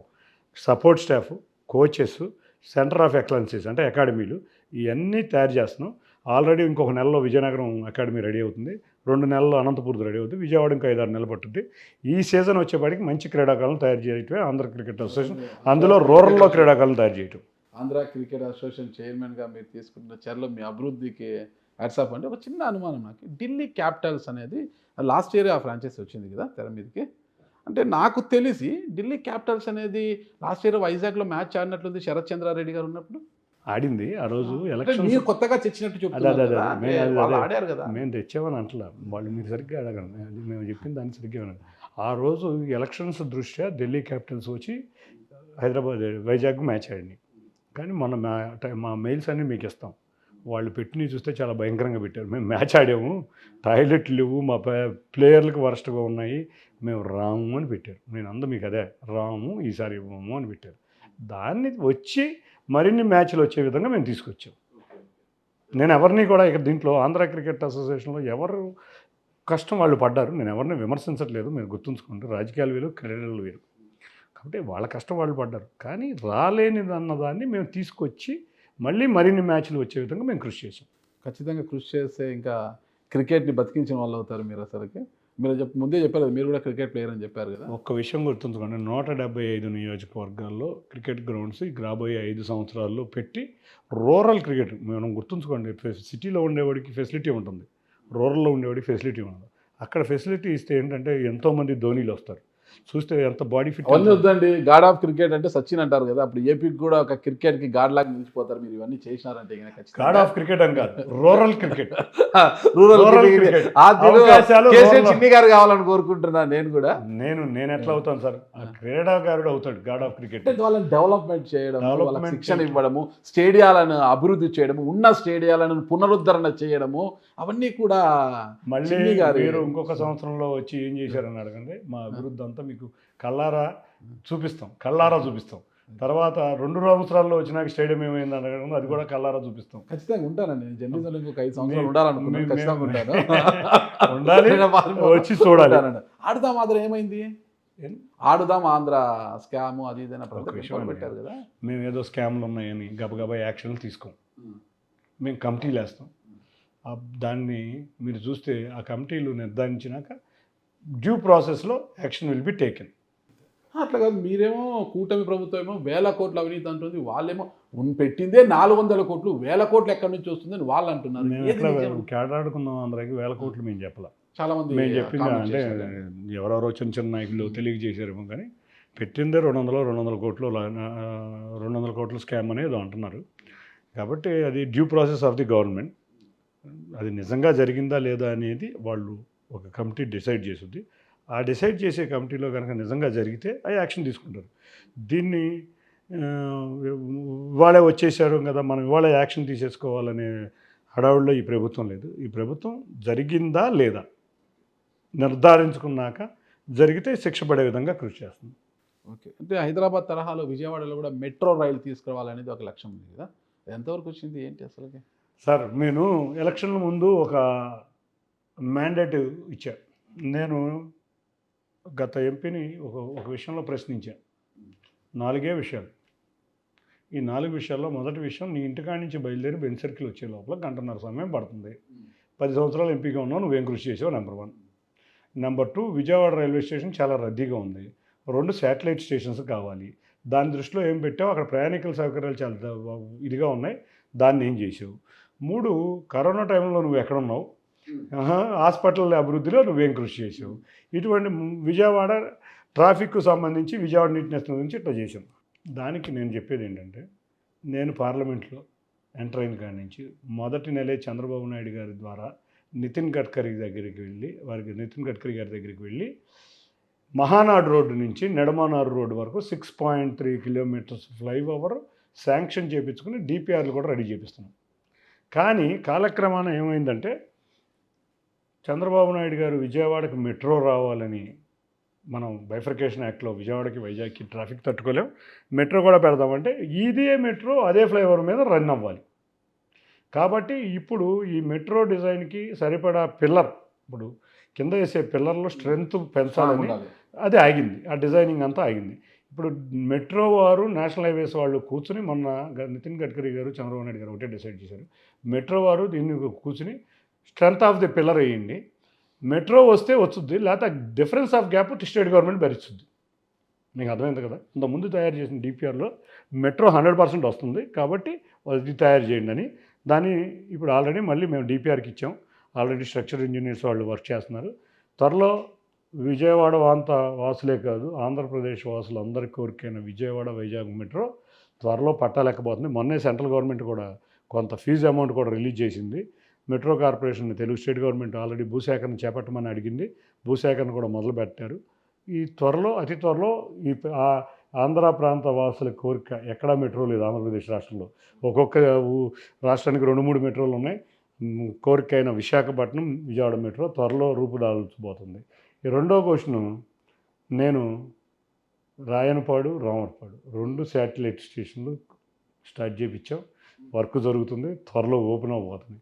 మూడో క్వశ్చను, విజయవాడ హాస్పిటల్కి రద్దీ తగ్గించే విధంగా నందిగామకు 100 పడకల హాస్పిటల్ తీసుకొచ్చాం. విజయవాడ వెస్ట్ పశ్చిమ నియోజకవర్గంలో సుజనా చౌదరి గారి ఆధ్వర్యంలో ఒక కొత్త గవర్నమెంట్ హాస్పిటల్ రాబోతుంది. మూడోది, అక్కడ ఫెసిలిటీస్ పెంచడానికి నేను మంత్రి సత్య గారు మొన్న మధ్య ఢిల్లీ వెళ్ళి విజయవాడ హాస్పిటల్ యొక్క ఫెసిలిటీస్ గురించి సెంట్రల్ గవర్నమెంట్తో డిస్కస్ చేయడం జరిగింది. అది కూడా త్వరలో కార్యరూపం దాల్చబోతుంది. చిన్ని గారు ఆసుపత్రుల గురించి అంటున్నారు. అంటే అది మిమ్మల్ని అడగాల్సిన ప్రశ్న కాదు, మంత్రి గారిని అడగాలి. ఒకటి, ఆసుపత్రులు తెచ్చారు, 100 పడకలు తెచ్చామంటున్నారు కానీ దాంట్లో ఉన్న ఇన్ఫ్రాస్ట్రక్చర్ అంటే మేజర్ సర్జరీస్ కావచ్చు, ఎంఆర్ఐలు ఇలాంటివి ఏదన్నా వచ్చినప్పుడు బయటికి రాసిస్తున్నారట. ఆరోగ్యశ్రీ ఉండే వాళ్ళకి కావచ్చు, ఇంకొకరికి బయటికి రాసిస్తున్నారు. బయట కార్పొరేట్ ఆసుపత్రులకు పోయి అక్కడంతా స్కానింగ్లు ఇట్లాంటి ఎంఆర్ఐలు తీసుకునే పరిస్థితి ఉంటాయి. ఎందుకు మన ప్రభుత్వ ఆసుపత్రుల్లో అవి ఏర్పాటు చేయలేకపోతున్నాము? కార్పొరేట్ ఆసుపత్రుల్లో ఉన్న సౌకర్యాలు ప్రభుత్వ ఆసుపత్రుల్లో మనం ఎందుకు కల్పించకపోతున్నాము? 100 కోట్ల రూపాయల వాళ్ళకు ప్రతి ఏటా ఆరోగ్యశ్రీల ద్వారా ఇస్తున్నాం కదా డబ్బులు వాళ్ళకు. ఆ డబ్బుల్ని ఖర్చు పెట్టి మనమే ఆ ఇన్ఫ్రాస్ట్రక్చర్ పెట్టుకుంటే ఆ వైద్య సౌకర్యాలు మరింత మెరుగుపడతాయన్న ఆలోచన ఎందుకు రావట్లేదంటారు? ఒక్కటండి, మా ప్రభుత్వం రాగానే ఒక డెసిషన్ తీసుకున్నాం. ప్రతి నియోజకవర్గంలోనూ 100 పడకల ఆసుపత్రి, అది కూడా అన్ని ఫెసిలిటీస్ ఉన్న ఆసుపత్రి అని ఒక డెసిషన్ తీసుకున్నాం. కాబట్టి మార్పు మొదలైంది. రెండోది, మేము 25 లక్షల ఎన్టీఆర్ ఆరోగ్య బీమా ఇస్తున్నాం. ఎందుకంటే ప్రభుత్వ వైద్యశాలలు బాగా రష్ అయిపోతున్నాయి. పేదవాడికి కూడా గవర్నమెంట్ కల్పించచ్చు కదా అవన్నీ కూడా. అదే సార్, వాళ్ళకి అనుకుంటే వాళ్ళకి రాదు. మేము ప్రణాళిక మొదలుపెట్టాం. వచ్చే 4-5 సంవత్సరాల్లో ప్రతి నియోజకవర్గంలోనూ మేము చేయబోతున్నాం ఫెసిలిటీస్తో. ఈ లోపల మనం వైద్యాలు అనేది ఏ రోజు ఆ రోజు వైద్యమే కాబట్టి దానికి పేదవాడికి ఖరీదైన వైద్యం కూడా అందాలని ఎన్టీఆర్ ఆరోగ్యశ్రీ ఇప్పుడు ప్రభుత్వ హాస్పిటల్కి సపోర్టివ్ ఆల్రెడీ ఇవాళ పుట్టేసిన ఆలోచన ఇవాళ వచ్చేయాలంటే రాదు కాబట్టి ఇచ్చి ప్రైవేట్ వైద్య వీటికి కూడా హాస్పిటల్కి కూడా రోగులు వెళ్ళే విధంగా వాళ్ళు ఉచితంగా రోగాలకి వైద్యం ఇచ్చే విధంగా మేము ఇన్సూరెన్స్ పాలసీ కూడా ఇస్తున్నాం. కాబట్టి స్టేజెస్ వైజ్గా ఈ ప్రభుత్వం ప్రతి నియోజకవర్గంలోనూ హాస్పిటల్ కట్టి మంచి ఇన్ఫ్రాస్ట్రక్చర్ ఇచ్చి తర్వాత మేము ఇన్ఫ్రాస్ట్రక్చర్ ఇచ్చేదాకా మాకున్న గ్యాప్ని మేము ఫిల్ చేసుకోవాలి. కాబట్టి ఈ ఎన్టీఆర్ వైద్య పథకం బీమా పథకం తీసుకొస్తాం. సెంట్రల్ గవర్నమెంట్ కూడా ప్రతి ఒక్కరికి ఖరీదైన వైద్యం అందాలి. నిజంగా చూస్తే ఇప్పుడు ప్రతి చోట మనం క్యాన్సర్ హాస్పిటల్ పెట్టలేం, ప్రతి చోట హార్ట్ సర్జరీ చేయలేము, ప్రతి చోట అంటే ఆ హాస్పిటల్ 100 బెడ్ల వరకు మినిమిస్టిక్ చేసి క్రిటికల్ కేర్ అనేది పెద్ద హాస్పిటల్కి వెళ్ళే విధంగా ప్రభుత్వం ప్రచార ప్రణాళిక చేస్తుంది. ఈ లోపల మనం ప్రజలకి ఇబ్బంది కలగకుండా ఇటువంటి పథకాలు తీసుకొచ్చి ఇటువంటి కార్యక్రమాలు చేస్తున్నాం. కొన్ని పెద్ద హాస్పిటల్లో కూడా ఉండవు. మనం చూస్తాం ఇక్కడ ఏజీలో ఉన్న ఫెసిలిటీస్ తీసుకొచ్చి ప్రతి ప్రభుత్వ హాస్పిటల్లో పెట్టాలి అంటే పెట్టలేము. కాబట్టి ఆ ఐజీ లాంటి వాళ్ళకి ఉచిత వైద్యం అందాలి అంటే దానికి వాళ్ళకి మేము ఎన్టీఆర్ హెల్త్ బీమా పథకం తీసుకొచ్చాం. చిన్న విషయం, పహల్గామ్ సంఘటన తెలుసు కదా. అసలుకి ఉగ్రమూకల బంధువులకు 26 మంది అసలు భాషారు. అసలు ఒక ఎంపీగా ఆ సంఘటన మీరు ఎలా చూస్తారు? నిజంగా ఇది కలిసివేసిన సంఘటన. కొత్తగా పెళ్ళైన దాంట్లే కాకుండా అక్కడికి యాత్రికులుగా వెళ్ళిన వ్యక్తుల్ని ఒక సైనిక దుస్తుల్లో వచ్చి పొరుగు దేశం అయిన పాకిస్తాన్ సహకారంతో దాడి జరిగింది. ఇది దేశ విచ్ఛిన్నని చేయడానికి చేసే కుట్ర. కానీ దేశ ప్రజలందరూ అది గమనించారు. మీరు చూస్తే కుల మతాలకు అతీతంగా దేశం స్పందించింది. మీరు ఆ రోజు పాకిస్తాన్లో ఆ రోజు కాశ్మీర్లో ఉన్న పత్రికలన్నీ బ్లాక్ హెడ్లైన్స్ వేసింది. అంతేకాకుండా ఎన్నో సంవత్సరాలకి శ్రీనగర్లో కానీ కాశ్మీర్లో కానీ స్వచ్ఛందంగా బంద్ పాటించారు. దేశంలో ఉన్న ముస్లిం సోదరులు, హిందువులు, క్రైస్తవులు అందరూ కూడా దీన్ని తీవ్రంగా ఖండించారు. అంటే అతను చేసిన మన మధ్య విభేదాలు సృష్టించాలని పాకిస్తాన్ చేసిన కుట్రని దేశ ప్రజలందరూ సమర్థంగా ఎదుర్కొని ప్రభుత్వానికి తోడుగా ఉన్నారు. మేము కోరేది ఇటువంటి టెర్రరిస్ట్ అటాక్లు మళ్ళీ ఈ దేశంలో జరగకూడకుండా ఉండే విధంగా పొరుగు దేశం అవని టెర్రరిస్ట్ యాక్టివిటీ చేసే వాళ్ళకి ఈ ప్రభుత్వం తగిన చర్యలు తీసుకోవాలి. మీ వెంట ప్రజలందరూ ఉన్నారు. ఇది ఇటువంటి కలిచివేసిన సంఘటన మరొక్కసారి ఈ దేశంలో రాని విధంగా గౌరవ ప్రధాని గారిని ఒకటే కోరుతున్నాం. దేశం అంతా మీతో ఉంది సార్. మీరు ఎటువంటి యాక్షన్ తీసుకున్నా మేమందరం కూడా దానికి మద్దతు ఇస్తాం అని ప్రజలు ముక్తకంఠంతో కోరుతున్నారు. కాబట్టి తీవ్రంగా పరిగణించి యాక్షన్ తీసుకోవాలని కోరుకుంటున్నాం.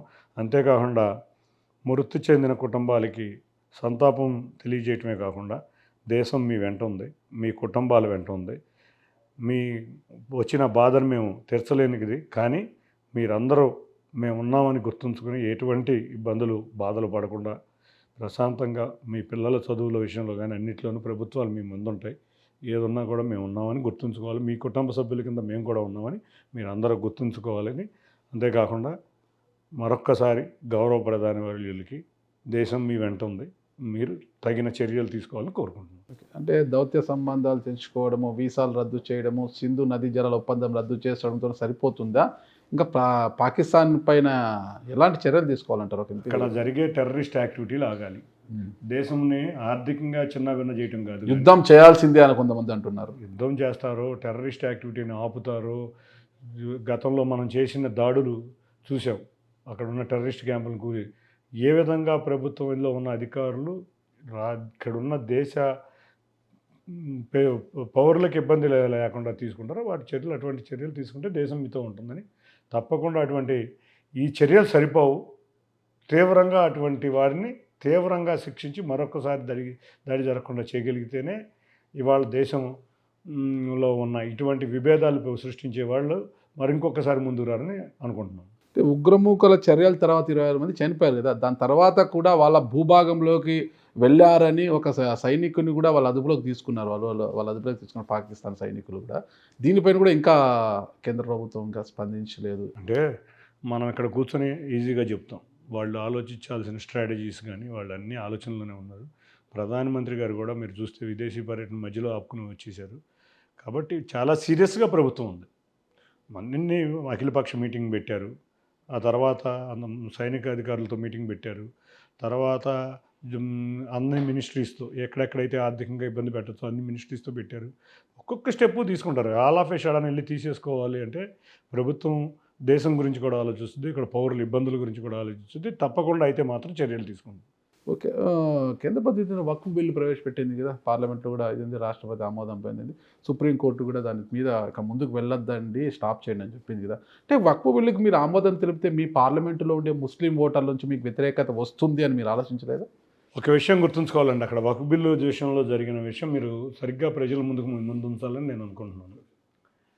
ఆ రోజు వక్ఫ్ బిల్లు వచ్చిన రోజు మేము వ్యతిరేకించినా కూడా వక్ఫ్ బిల్లు పాస్ అయ్యేది. ఓకే. ఎలా? మెజారిటీ సభ్యులు మీరు ఉన్నారు కదా. మేము వ్యతిరేకించిన బిల్లు పాస్ అయ్యేది. మేము మెజారిటీ సభ్యులు ఉన్నా కూడా ఆ రోజు ఇంకా స్ట్రెంత్ ఉంది వాళ్ళకి.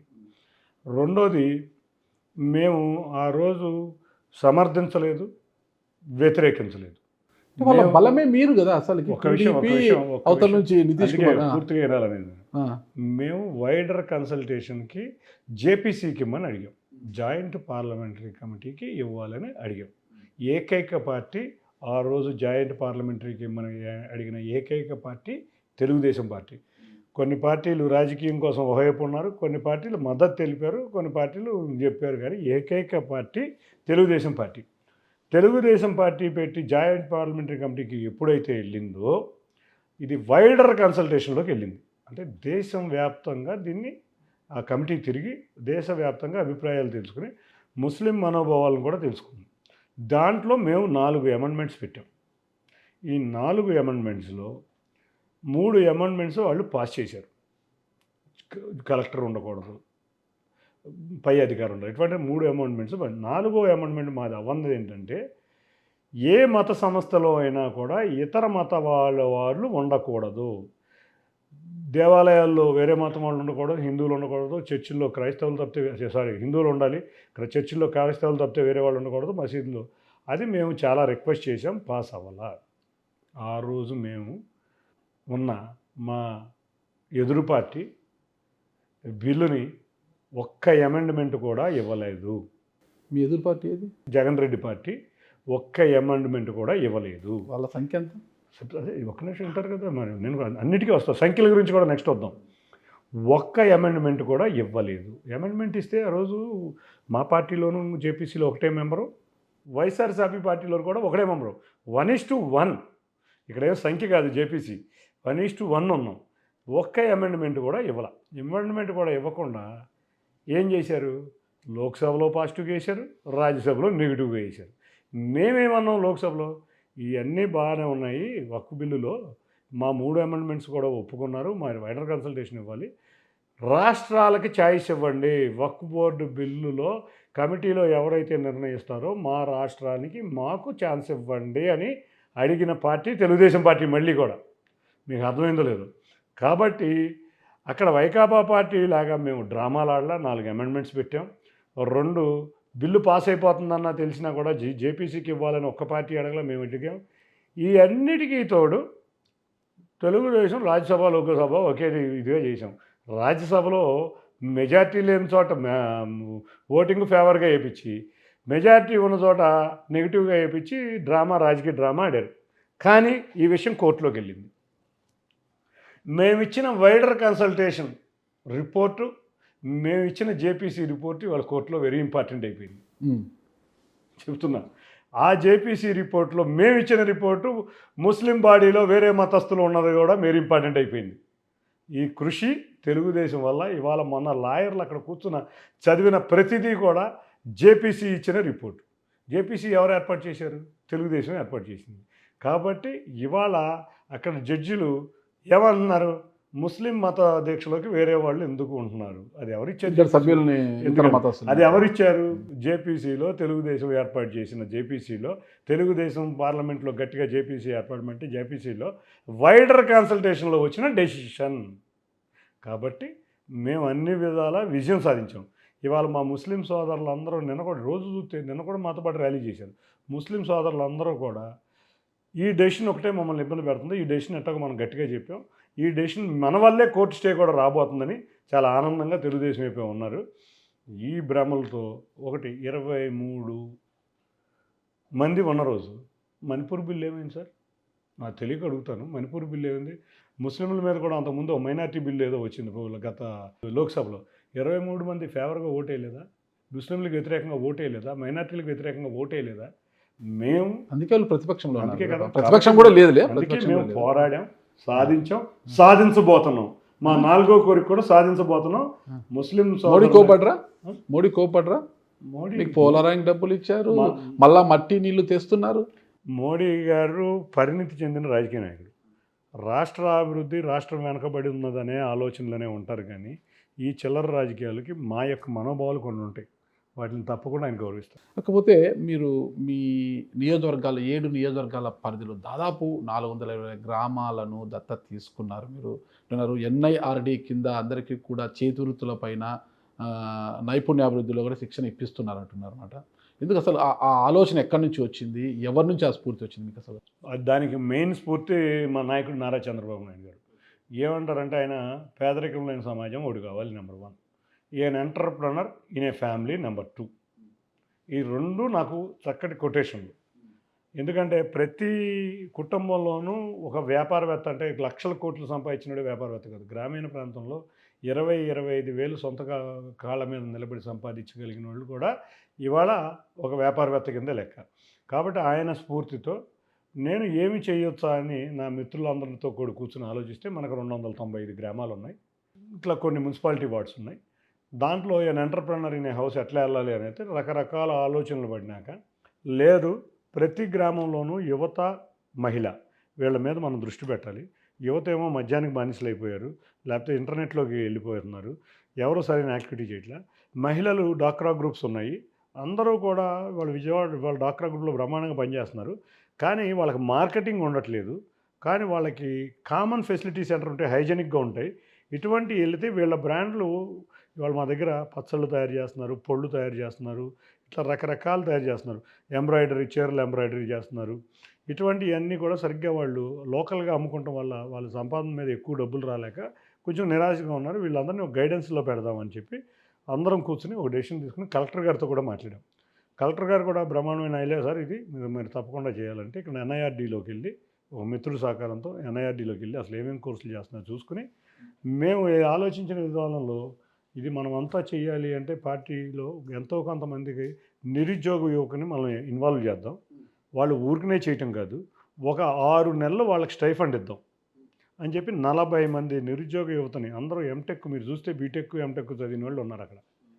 అన్నీ కూడా అవకాశాలు లేక నిర్వీర్యంగా ఉన్నారు. వాళ్ళందరినీ ఎన్ఐఆర్డీలో 10 రోజులు ట్రైనింగ్ ఇప్పించి గ్రామాల మీద పెట్టి, గ్రామాల్లో చిన్న చిన్న సమస్యలు ఏమైనా ఉంటే మా ఫౌండేషన్ తరఫున చేపిస్తా. ఈ 40 మందికి కూడా 40 గ్రామాల్లో కూడా ఎటువంటి సమస్య ఉన్నా అధికారులతో సమన్వయం చేస్తా. ఇప్పుడు ఇక్కడ ఈ గ్రామంలో డ్రైనేజ్ వెళ్ళట్లా, కుదిరితే మనం క్లీన్ చేద్దాం, లేదా అధికారులను తీసుకొచ్చి చేపిద్దాం. ఏమైనా బ్లాక్ అయింది వాళ్ళతో చేపిద్దాం, లేదన్నా పొలానికి దారి ఉండట్లా. ఇట్లా 40 గ్రామాలు కేశినేని ఫౌండేషన్ తరఫున మేము కార్యక్రమం చేయటం మొదలుపెట్టడం కానీ ఎమ్మెల్యేల యొక్క సమన్వయంతో అందరం కేశినేని ఫౌండేషన్ అంటున్నారు మీరు. ఫౌండేషన్ ఏమో వర్క్ చేస్తుంది, కార్యక్రమాలన్నీ అక్కడ ఉన్న తెలుగుదేశం పార్టీ నాయకులు ఈ కుర్రోళ్ళతో, తెలుగుదేశమేనా, బీజేపీ, జనసేన లేదా, అందరూ మొత్తం కూటమి నాయకులతో కలిసి చేస్తున్నాం. కూటమి నాయకులతో చేస్తాం.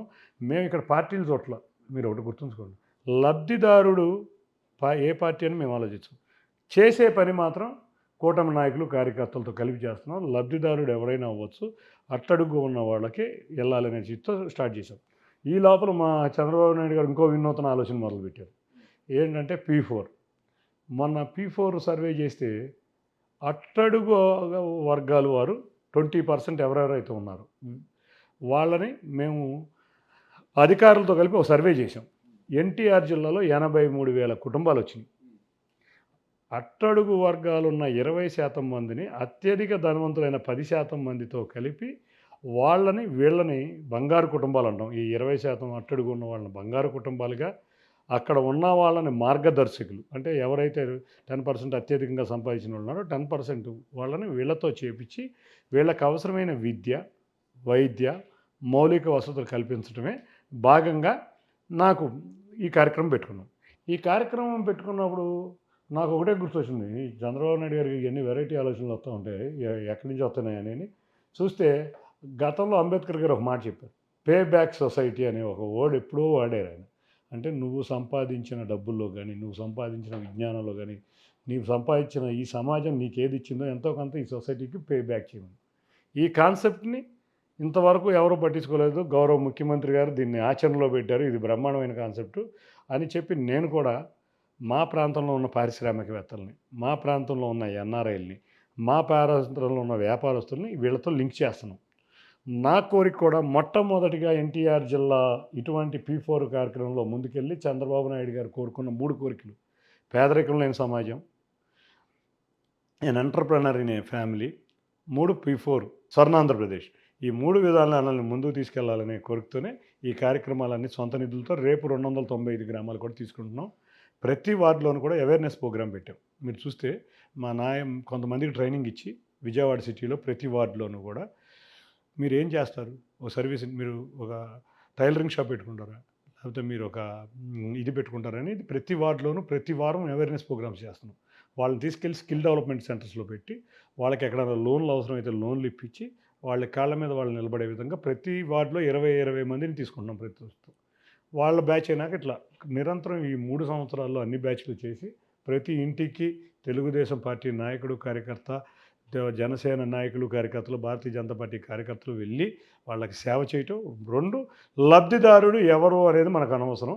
ఎక్కువగా అట్టడుగు వర్గ వాళ్ళు సమాజంలో ఏ ఆసరా లేకుండా ఉన్నవాళ్ళు, ఎవరు ఏ గైడెన్స్ లేకుండా ఉన్న వాళ్ళకి గైడెన్స్ ఇస్తా. విజయవాడ పార్లమెంటులో ఒక ఎగ్జాంపుల్గా తీసుకెళ్దాం అనుకున్నాం. మనం కూడా ఎన్ఐఆర్డీలో వాళ్ళందరూ కూడా అక్కడ డీజీ లెవెల్ ఆఫీసర్ ఉంటాడు.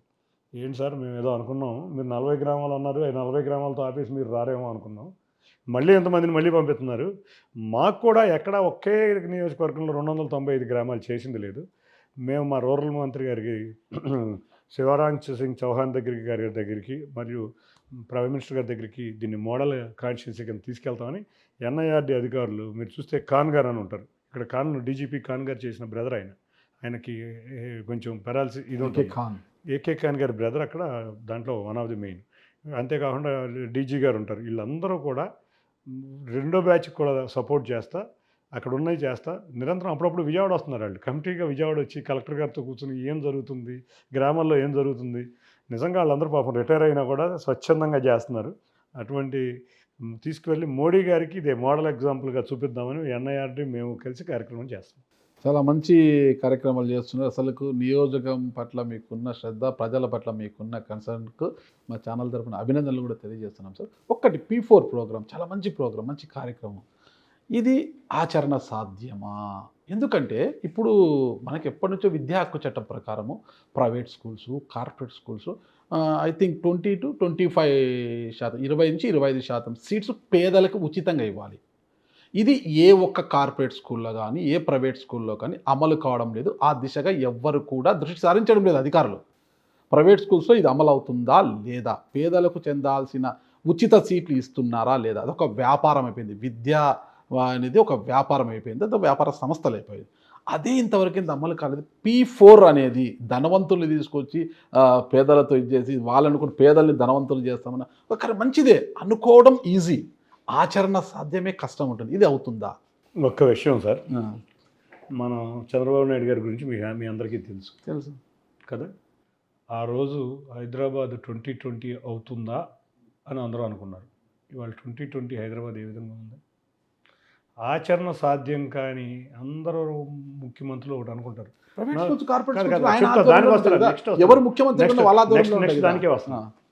ఇవాళ నదులు అనుసంధానం అనేది అందరూ ముఖ్యమంత్రులు కలగంటారు, ప్రధానమంత్రి గారు కూడా కలగంటారు. కానీ 2014-19లో ఆచరణ సాధ్యం కానీ ఇటువంటి దాన్ని కృష్ణా గోదావరి నదులను కలిపిన ఘనత చంద్రబాబు నాయుడు గారు. రేపు రాళ్ళలో గోదావరి బనకచెర్ల రాయలసీమ ప్రాంతానికి, అట్టడుగు ప్రాంతానికి కూడా నీరిచ్చి హార్టికల్చరల్ హబ్గా చేయాలనుకునే ఆయన కృషి చేస్తాడు. ఎటువంటి ఆచరణకారిని కార్యక్రమాలే ఆయన పట్టుకుంటారు. నెంబర్ 2 విద్య. మీరు ఈ మధ్య చూశారో లేదో, మా గౌరవ యువనాయకుడు నారా లోకేష్ గారు విద్యాశాఖ మంత్రిగా తీసుకున్నాడు. నేను వెళ్ళా సీరియస్గా, ఏంటి విద్యాశాఖ మంత్రి ఏంటంటే, చాలామంది ఉద్యోగస్తులతో కూర్చుంది, ఈ శాఖను మీరేం చేస్తారు, ఎందుకంటే బాబు మీకు ఇది ప్రశాంతంగా ఐటీలు ఇటువంటివి తీసుకోకన్నా. ఆయన అన్నాడు, మంగళగిరి నియోజకవర్గంలో నేను ఓడిపోయాను, కానీ ఛాలెంజ్గా తీసుకుని మంగళగిరి గెలిచాను. ఈ విద్యాశాఖలో మార్పులు చేయాలని నేను ఈ విద్యాశాఖ తీసుకుంటున్నాను, చూడు నువ్వు నేను చేసే మార్పులు ఏంటని అన్నాడు. మొన్న ఈ మధ్య సభలో మళ్ళీ నా పేరు ఎత్తాడు, మా అన్న నన్ను తీసుకోవద్దు అన్నాడు, అదే ఛాలెంజ్గా తీసుకున్నాను అనుకోండి, నన్ను చూపిస్తా, నన్ను ఇదే ఎత్తాడు. ఆయన మంత్రి అయిన కానీ మీరు ఒకసారి చూస్తే రెవల్యూషనరీ చేంజెస్ చాలా ఉన్నాయి. ముందు పాఠశాలకి గ్రేడింగ్ ఇచ్చాం, ప్రభుత్వ పాఠశాలలకి గ్రేడింగ్ ఇచ్చాం, అన్నీ కూడా A++లోకి రావాలని చెప్పి వారి కోరిక. దానికి మేము ఒక యాప్ కూడా రెడీ చేసాం, పాఠశాలల యొక్క యాప్ రెడీ చేసాం.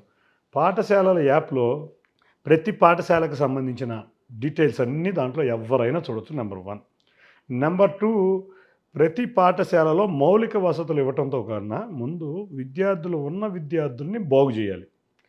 కాబట్టి ఎక్కడో హైదరాబాద్లో ఉండే పేరెంట్ టీచర్స్ మీట్ అక్కడ విద్యార్థులకి పెట్టాం. పేరెంట్ టీచర్స్ మీట్ పెట్టి ప్రతి 3 నెలలకి పేరెంట్ టీచర్స్ మీట్ పెట్టమంటున్నాం. ఈ పేరెంట్ టీచర్స్ మీట్లో ప్రోగ్రెస్ రిపోర్ట్ ఇవ్వమంటున్నాం. ఈ ప్రోగ్రెస్ రిపోర్ట్లో ఏంటంటే మార్క్ లిస్టే ఉండదు, అతని హెల్త్ కండిషన్ ఏంటి, అతని కమ్యూనికేషన్ స్కిల్స్ ఏంటి, అతను క్లాస్లో ఏ విధంగా బిహేవ్ చేస్తున్నాడు, ప్రోగ్రెస్ రిపోర్ట్ అది ఇస్తా. దాన్ని మనం విడుదల చేసాం. దానివల్ల ఏమవుతుందంటే తల్లిదండ్రులకి, అధ్యాపకులకి పిల్లవాడి యొక్క మైండ్ సెట్ ఎట్లా ఉందనేది ఒక అవగాహన వస్తుంది.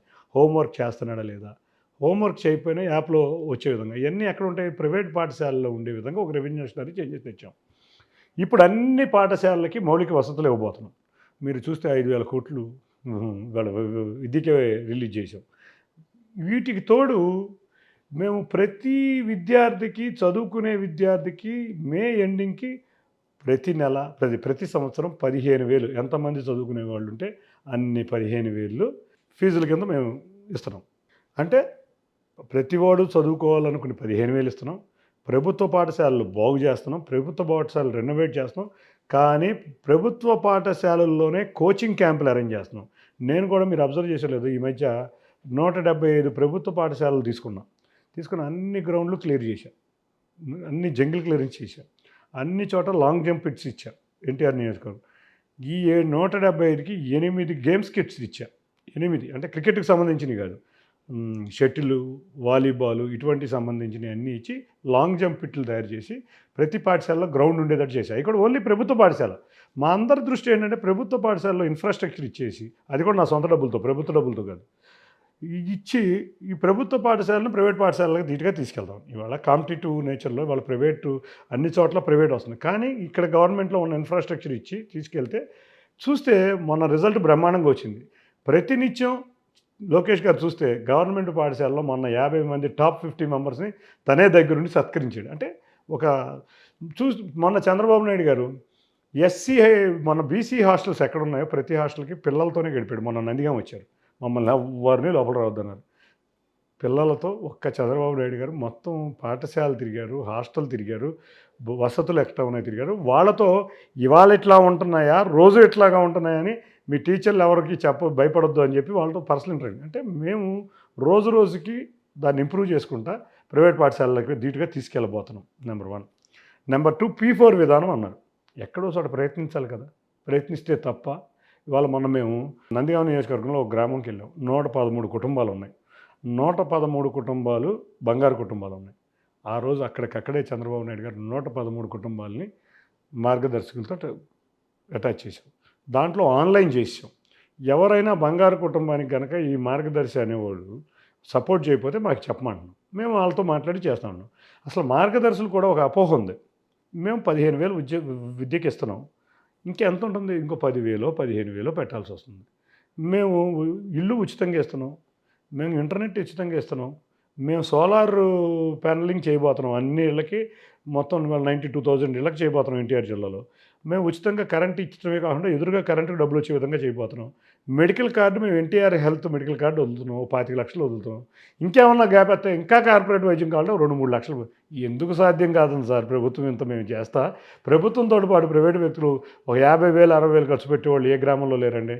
మాకైతే ఎంతోమంది ఎన్ఆర్ఐలు మా ప్రాంతాల నుంచి వెళ్ళేవాళ్ళు ముందుకు వస్తున్నారు. అందుకే నిన్న ప్రెస్ మీట్ కూడా మీరు చూస్తే ఒక రకంగా మాట్లాడా, ఎన్ఆర్ఐలు ఏమనకండి, వాళ్ళు ఉచితంగా చేయడానికి వస్తున్నారు, వాళ్ళని ఆహ్వానించండి అని. ప్రతి గ్రామంలోనూ ఉన్న ఎన్ఆర్ఐల్ని మేము బంగారు కుటుంబాలకి నేను ఎన్టీఆర్ జిల్లా తరఫున సపోర్ట్ చేయబోతున్నాం. విజయవాడ వెస్ట్, ఈస్ట్, సెంట్రల్లో ఉన్న నియోజకవర్గం ఉన్న వ్యాపారస్తులతో P4 ప్రయత్నిద్దాం. ప్రయత్నం చేయకుండా ఏది ఆగకూడదు. కొన్ని కుటుంబాలు బాగుపడతాయి. కానీ చంద్రబాబు నాయుడు గారు మొత్తం అయ్యేదాకా కూడా ఊరుకోరు. రాష్ట్రం మొత్తం మీద 21 లక్షల కుటుంబాలు వచ్చినాయి. ఎన్టీఆర్ జిల్లాలో 83,000 కుటుంబాలు వచ్చినాయి.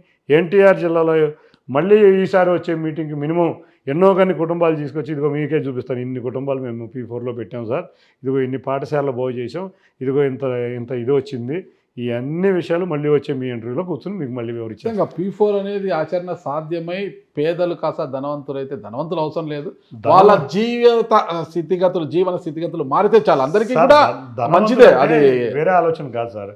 పిల్లలు చదువుకుంటే చాలు. పిల్లలు ఇంజనీరింగ్, ఆస్తులు ఇవ్వకమైనా పర్వాలేదు, చదివిస్తే చాలు. అదే కదా మనం ఇచ్చేది దానం, అన్నిటికన్నా గొప్ప దానం. చూద్దాం, లక్ష్యం గొప్పదే. తర్వాత అది భవిష్యత్తులో ఆ లక్ష్యం ఏమవుతుంది అనేది చూద్దాము. అది సక్సెస్ కావాలనే మేము కూడా కోరుకుంటున్నాం సార్. ఏదైతే చంద్రబాబు నాయుడు గారు ఆలోచిస్తారో నిరంతరం దాని మీద దృష్టి పెడతారు. నిరంతరం సక్సెస్ఫుల్గా, ఏది కూడా అన్సక్సెస్ఫుల్గా ఎన్ని థింగ్స్ ఎక్కడ ఉన్నాయి చెప్పండి మీరు. అమరావతి కడుతున్నాను అన్నారు, 2 నగరాలను కట్టారు, ఒక నగరం కాదు. దేశంలో ఏ ముఖ్యమంత్రి కట్టిన విధంగా సైబరాబాదు, అమరావతి 2 నగరాలు. హైదరాబాద్ మనం పక్కన పెడతాం. 1.0లో మోడీ గారు నాడు వచ్చేసి పిడికెడు మన్ను చెంబుడు నీళ్లు తీసుకొచ్చి వెళ్ళిపోయారు. 1.0 అది రాజధాని ఎంతవరకు వచ్చింది అంతే. ఇప్పుడు 2.0 అనమాట. అంటే మోడీ గారు మళ్ళీ నీళ్లు మట్టి తెస్తున్నారు. మే 2న రాబోతున్నారు ఆయన ఇక్కడికి.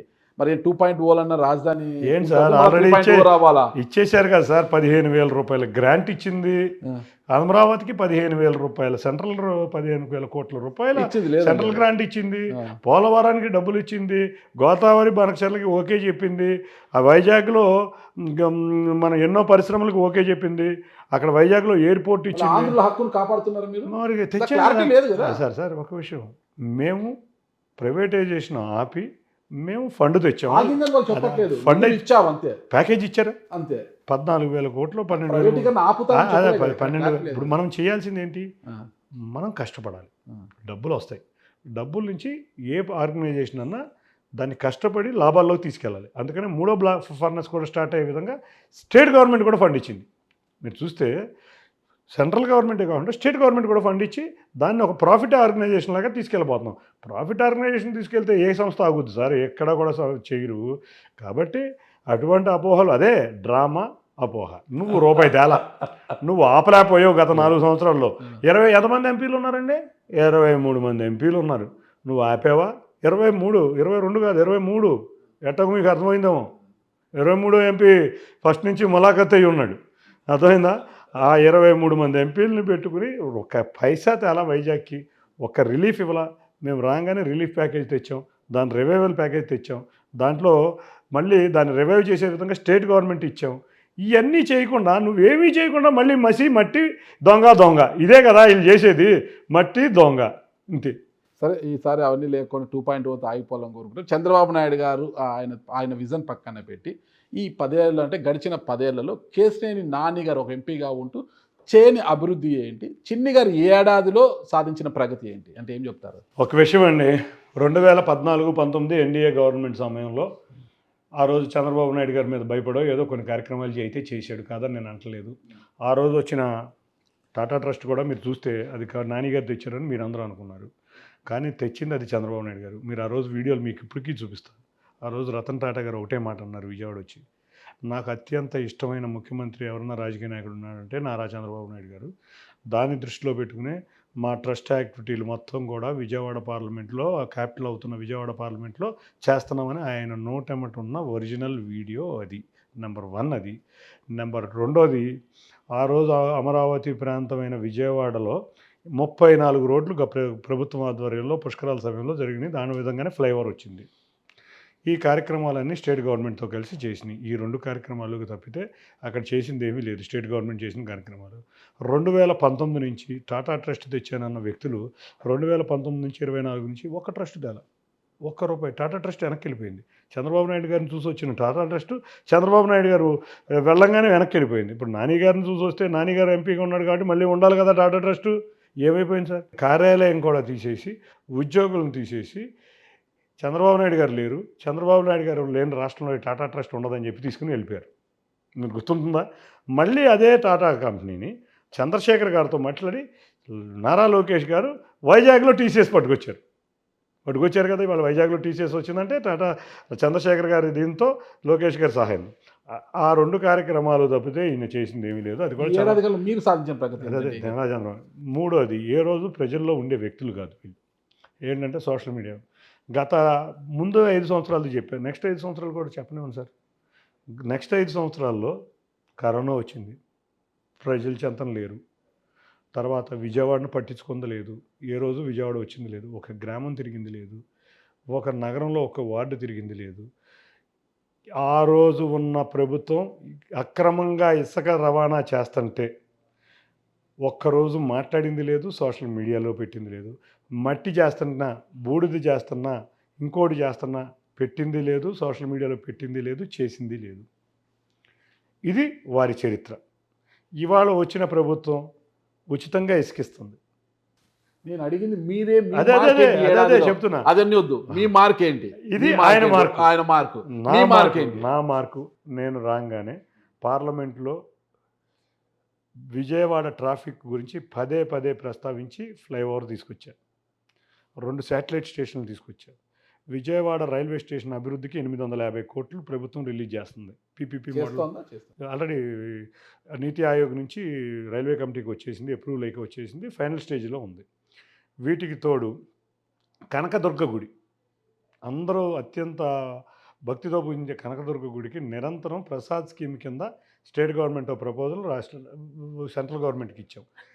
నిరంతరం గుడి దగ్గర కూర్చుని భక్తులు రోడ్ల మీద నుంచోకుండా భక్తులకి వెయిటింగ్ హాల్స్ ఉండాలి, 7 లెవెల్ల పార్కింగ్ ఉండాలి, 2వ రోడ్డు ఉండాలి. ఇవన్నీ కూడా డిపిఆర్ రెడీ చేసాం, తయారు చేస్తున్నాం. 3వది స్పోర్ట్స్ సిటీ అండ్ స్టేడియం. అమరావతికి ఇటు ప్రాంతమైన నా నియోజకవర్గంలో పెట్టబోతున్నాం. Sports city, sports university, cricket stadium, golf club అన్నీ కూడా నా నియోజకవర్గంలో పెట్టబోతున్నాం. డిఫెన్స్ పరిశ్రమలు రావాలి. చూస్తుంటే అన్ని పరిశ్రమలు చంద్రబాబు నాయుడు గారు హైటెక్ పరిశ్రమలు తెస్తారు. డిఫెన్స్ పరిశ్రమలు రావాలని నా కోరిక. ఈ డిఫెన్స్ పరిశ్రమలు రావడానికి నేను DRDO X chairman Satish Reddy గారి దగ్గరికి 4, 5 సార్లు వెళ్ళా. సార్ మీరు విజయవాడ రావాలి సార్, మా ఈ పారిశ్రామికవేత్తలతో రావాలి. పారిశ్రామికవేత్తలతో 5, 6 సార్లు మీటింగ్ చేశా. తీసుకొచ్చి నా సతీష్ రెడ్డి గారిని పారిశ్రామికవేత్తలతో ఒక అవేర్‌నెస్ ప్రోగ్రామ్ పెట్టించా. అక్కడి నుంచి సతీష్ రెడ్డి గారిని తీసుకుని వెళ్ళి చంద్రబాబు నాయుడు గారి దగ్గరికి వెళ్తే ఈయన మనకి ఇట్లా కాదు, ప్రభుత్వ సలహాదారుడిగా, గౌరవ సలహాదారుడిగా ఉండాలి డిఫెన్స్‌కి, ఏరో క్లస్టర్‌కి అని చెప్పి తీసుకొచ్చి ఆ పరిశ్రమ హైదరాబాద్ నుంచి విజయవాడ వచ్చే ప్రాంతంలో, కర్నూలు ప్రాంతంలో, ప్రకాశం ప్రాంతంలో, అనంతపూర్ ప్రాంతంలో రకరకాల పరిశ్రమలకి మొన్నే ప్రమాణ స్వీకారం చేశారు. రేపు సోమవారం రోజున విజయవాడ పారిశ్రామికవేత్తలు, డిఫెన్స్ పిఎస్యులు, హైదరాబాద్లో ఉన్న డిఫెన్స్ ఇండస్ట్రీ వాళ్ళతో ఒక మీటింగ్ పెట్టాం వాళ్ళ తాజ్ హోటల్లో.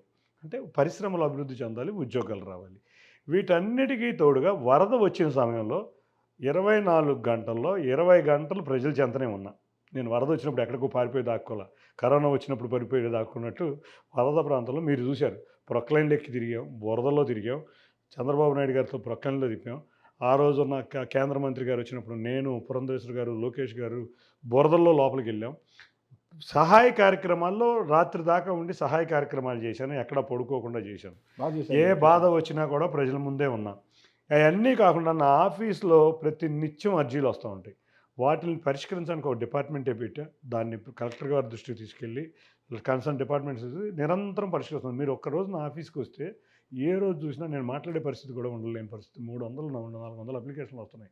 మీరు నా ఆఫీస్ ఒక్కసారి మీరు విజువల్ తెప్పించుకోండి. మేమే వచ్చి షూట్ చేస్తాం. చూస్తే అది ఏం జరుగుతుంది, ప్రజాదరణ, జనాదరణ నాకు విపరీతంగా ప్రిపేర్. నాకు అత్యంత వెనకబడిన తిరువూరు నియోజకవర్గంలో నేను చంద్రబాబు నాయుడు గారి దగ్గరికి వెళ్ళి లెదర్ ఇండస్ట్రీ ఏర్పాటు చేయాలని, లెదర్ క్లస్టర్ ఏర్పాటు చేయాలని తిరుగుతున్నాం. దానికి ఆల్మోస్ట్ ఫైనలైజేషన్కి వచ్చింది. నందిగామ నియోజకవర్గంలో మేము కేంద్రీయ విద్యాలయాన్ని తీసుకొచ్చాం. మనకు ఆ మంత్రి గారు కూడా ఒప్పుకున్నారు. అంతేకాకుండా న్యాచురోథెరపీ, హోమియోథెరపీ ఇటువంటి చిన్న ఒక ప్రయోగశాల లాంటి ఇది కావాలంటే మంత్రి గారు మీరు స్థలం చూపిస్తామని పార్లమెంటు సాక్షిగా ఒప్పుకున్నాడు. అంటే ఒకసారి పార్లమెంట్లో వెనక్కి చెప్పినాక వెనక్కి కూడా వెళ్ళదు. కాబట్టి ఈ నందిగామ నియోజకవర్గానికి నందిగామ, జగ్గైపేటలో డిఫెన్స్ క్లస్టరో లేకపోతే డిఫెన్స్ ఇండస్ట్రీయో లేకపోతే ఇటువంటి ఇన్ఫ్రాస్ట్రక్చర్ వచ్చి చేయాలని పట్టిన. ఎన్నో రోజుల నుంచి గత ఎంపీ అధికారంలో ఉండగానే వేదాద్రి ఎత్తిపోతల్లో మోటార్లు పోయినాయి. శాంక్షన్ చేయించుకున్నాం, వాటిని పనిచేసే విధంగా చేస్తున్నాం. కాబట్టి అన్నిటికన్నా ముఖ్యంగా చింతలపూడి ఎత్తిపోతల పథకం గత ప్రభుత్వం విస్మరించింది. అది కోర్టుకు ఇష్యూలు పెండింగ్గా ఉన్నాయి. ఇంకొక నెలలో దానికి జడ్జిమెంట్ కూడా రాబోతుంది. వాటిని పరిష్కరిస్తా, లీగల్ ఇష్యూలు పరిష్కరిస్తా. ఆ చింతలపూడి ఎత్తిపోతల పథకం తీసుకొచ్చి తిరువూరు, మైలవరం, నందిగామ ప్రాంతాల్లో పుష్కలంగా రైతులకు నీరు వెళ్ళే విధంగా కృషి చేయబోతున్నాం. ఇవాళ బుడమేరుకి శాశ్వత పరిష్కారం ఇవ్వబోతున్నాం. ఇటువంటి ఎన్నో కార్యక్రమాలు. బుడమేరు శాశ్వత పరిష్కారం. బుడమేరుకి మొత్తం అన్ని ఇంజనీరింగ్ డ్రాయింగ్స్ రాశారు. దానికి డైవర్షన్ కెనాల్ పెట్టి కృష్ణలో కలిసే విధంగా కొంత ప్రాంతం ఇంకా డెప్త్కి ఇచ్చి అక్కడ ఉన్న ఆక్రమణల్ని, అంటే మేము ఎవరిని కూడా నొప్పించకుండా పర్సనల్ యాంగిల్, ఎందుకంటే విజయవాడ ముంచిందే బుడమేరు కదా. అదే కదా. బుడమేరులో ఉన్న ఆక్రమదారులు అందరూ చిన్న చిన్న కుటుంబాలు. వాళ్ళతో మాట్లాడుతున్నాం. వాళ్ళకి 2 బెడ్రూమ్ ఇల్లు ఇచ్చి వాళ్ళతో ఒప్పించి, అంటే పర్సనల్ యాంగిల్ ఇదే చెబుతున్నా. చంద్రబాబు నాయుడు గారు ఒకటే చెబుతారు, పర్సనల్ యాంగిల్. వాళ్ళు కష్టపడి సంపాదించిన డబ్బుతో ఇల్లు కొనుక్కుంటారు. అటువంటి ఇల్లు లేకుండా పోతే నిరాశ్రయులు అవుతారు. వాళ్ళని ఒప్పించే పని అన్నా చేయండి అంటారు. వాళ్ళని ఒప్పిస్తున్నాం. ఆల్మోస్ట్ ఒక దశకు వచ్చింది. వాళ్ళు చాలామంది ఒప్పుకున్నారు. అందులో కెనాల్ క్లీనింగ్ చేయాలి. మెయిన్ కెనాల్ డెప్త్ పుడిపోయి ఉన్నాయి. విడ్త్ ఆఫ్ ది కెనాల్ చేస్తాం. సిల్టే కాకుండా విడ్త్ ఆఫ్ ది కెనాల్ కూడా చేస్తున్నాం. ఈ అక్రమాలు తొలగిస్తున్నాం. కొంత ప్రాంతం మైలవరం నుంచి కృష్ణలో కలిసే విధంగా అక్కడ విడ్త్ని పెంచుతున్నాం. ఇటువంటి అన్ని కార్యక్రమాలు చేసి బుడమేరుని శాశ్వత పరిష్కారం తీసుకురాబోతున్నాం విజయవాడకి. ఇటువంటి ఎన్నో కార్యక్రమాలు మేము చేస్తున్నాం. ఇది అన్నీ ఈ 9 నెలల సమయంలో నా సొంత నిధులతో నేను చేస్తున్నాను. రాష్ట్ర ప్రభుత్వం ఆధారపడి నేను చేస్తున్నాను. కేంద్ర ప్రభుత్వం ఆధారపడి చేస్తున్నాను. నేను గత 9 నెలల్లో 7 నెలలు 6 నెలలు సుమారు నేను విజయవాడలోనే ఉన్నా. విజయవాడలో నా ఇల్లు హైదరాబాద్లో ఉన్నా. గత 9 నెలల్లో 15 రోజులు కూడా నేను ఇక్కడ లేను. ఢిల్లీలో పార్లమెంట్ జరిగితే ఢిల్లీలో ఉన్నా, లేకపోతే విజయవాడలో ఉన్నాం. మీరు అన్నిటికన్నా చూస్తే డ్రోన్ షో చేసాం. రేపు అక్కడ వాటర్ ఇది సీ ప్లేన్ తీసుకొస్తున్నాం. సీ ప్లేను రేపు భవానీ ఐలాండ్ దీనికి వేదికగా సీ ప్లేన్ తీసుకొస్తున్నాం. గన్నవరం ఎయిర్‌పోర్ట్‌లో మేము వచ్చిన కాడ నుంచి ఎన్ని ఫ్లైట్లు పెరిగినాయో మీరే చూడొచ్చు. సీ ప్లాన్ సక్సెస్ అవుతుందంట సీ ప్లేన్ సక్సెస్ అవ్వకపోయినా కొంత గ్యాప్ ఇవాళ ఉడాన్ స్కీమ్‌లో తీసుకొస్తున్నారు సీ ప్లేన్. అంటే ఉడాన్ స్కీమ్ అంటే మీరు అర్థమై ఉంటుంది. ఉడాన్ ఇప్పుడు ఫ్లైట్లు కూడా ఉడాన్ స్కీమ్. తక్కువ ఖరీదు అందించటం, ఆ గ్యాప్ బ్యాలెన్స్ సెంట్రల్ గవర్నమెంట్ పెట్టుకుంటుంది. కాబట్టి ఆ ఉడాన్ స్కీమ్‌లో ఈ డెఫినిట్‌గా ఫారెస్ట్ క్లియరెన్సెస్ ఇవన్నీ కూడా ఫారెస్ట్ క్లియరెన్స్‌లు అవసరం లేదు. ఇదివరకులాగా అవసరం లేదు. ఉమ్. ఇప్పుడు ఉన్న జెట్టీస్ అన్నీ సౌండ్ అదంతా కూడా సౌండ్ ఏం పెద్ద రాదు. వన్యప్రాణులు జెట్టీలన్నీ కూడా వాటర్‌లో పర్మనెంట్ కన్‌స్ట్రక్షన్ అవసరం లేదు. మీరు విదేశాల్లో చూస్తే టెంపరరీగా జెట్టీస్ వచ్చేస్తున్నాయి. ఆ విధంగా ప్లాన్ చేశారు. చూస్తే నేను ఎందుకంటే సివిల్ ఏవియేషన్ కన్సల్టేటివ్ కమిటీలో నేను కూడా ఉన్నాను. మా మంత్రివర్యులే మంత్రి.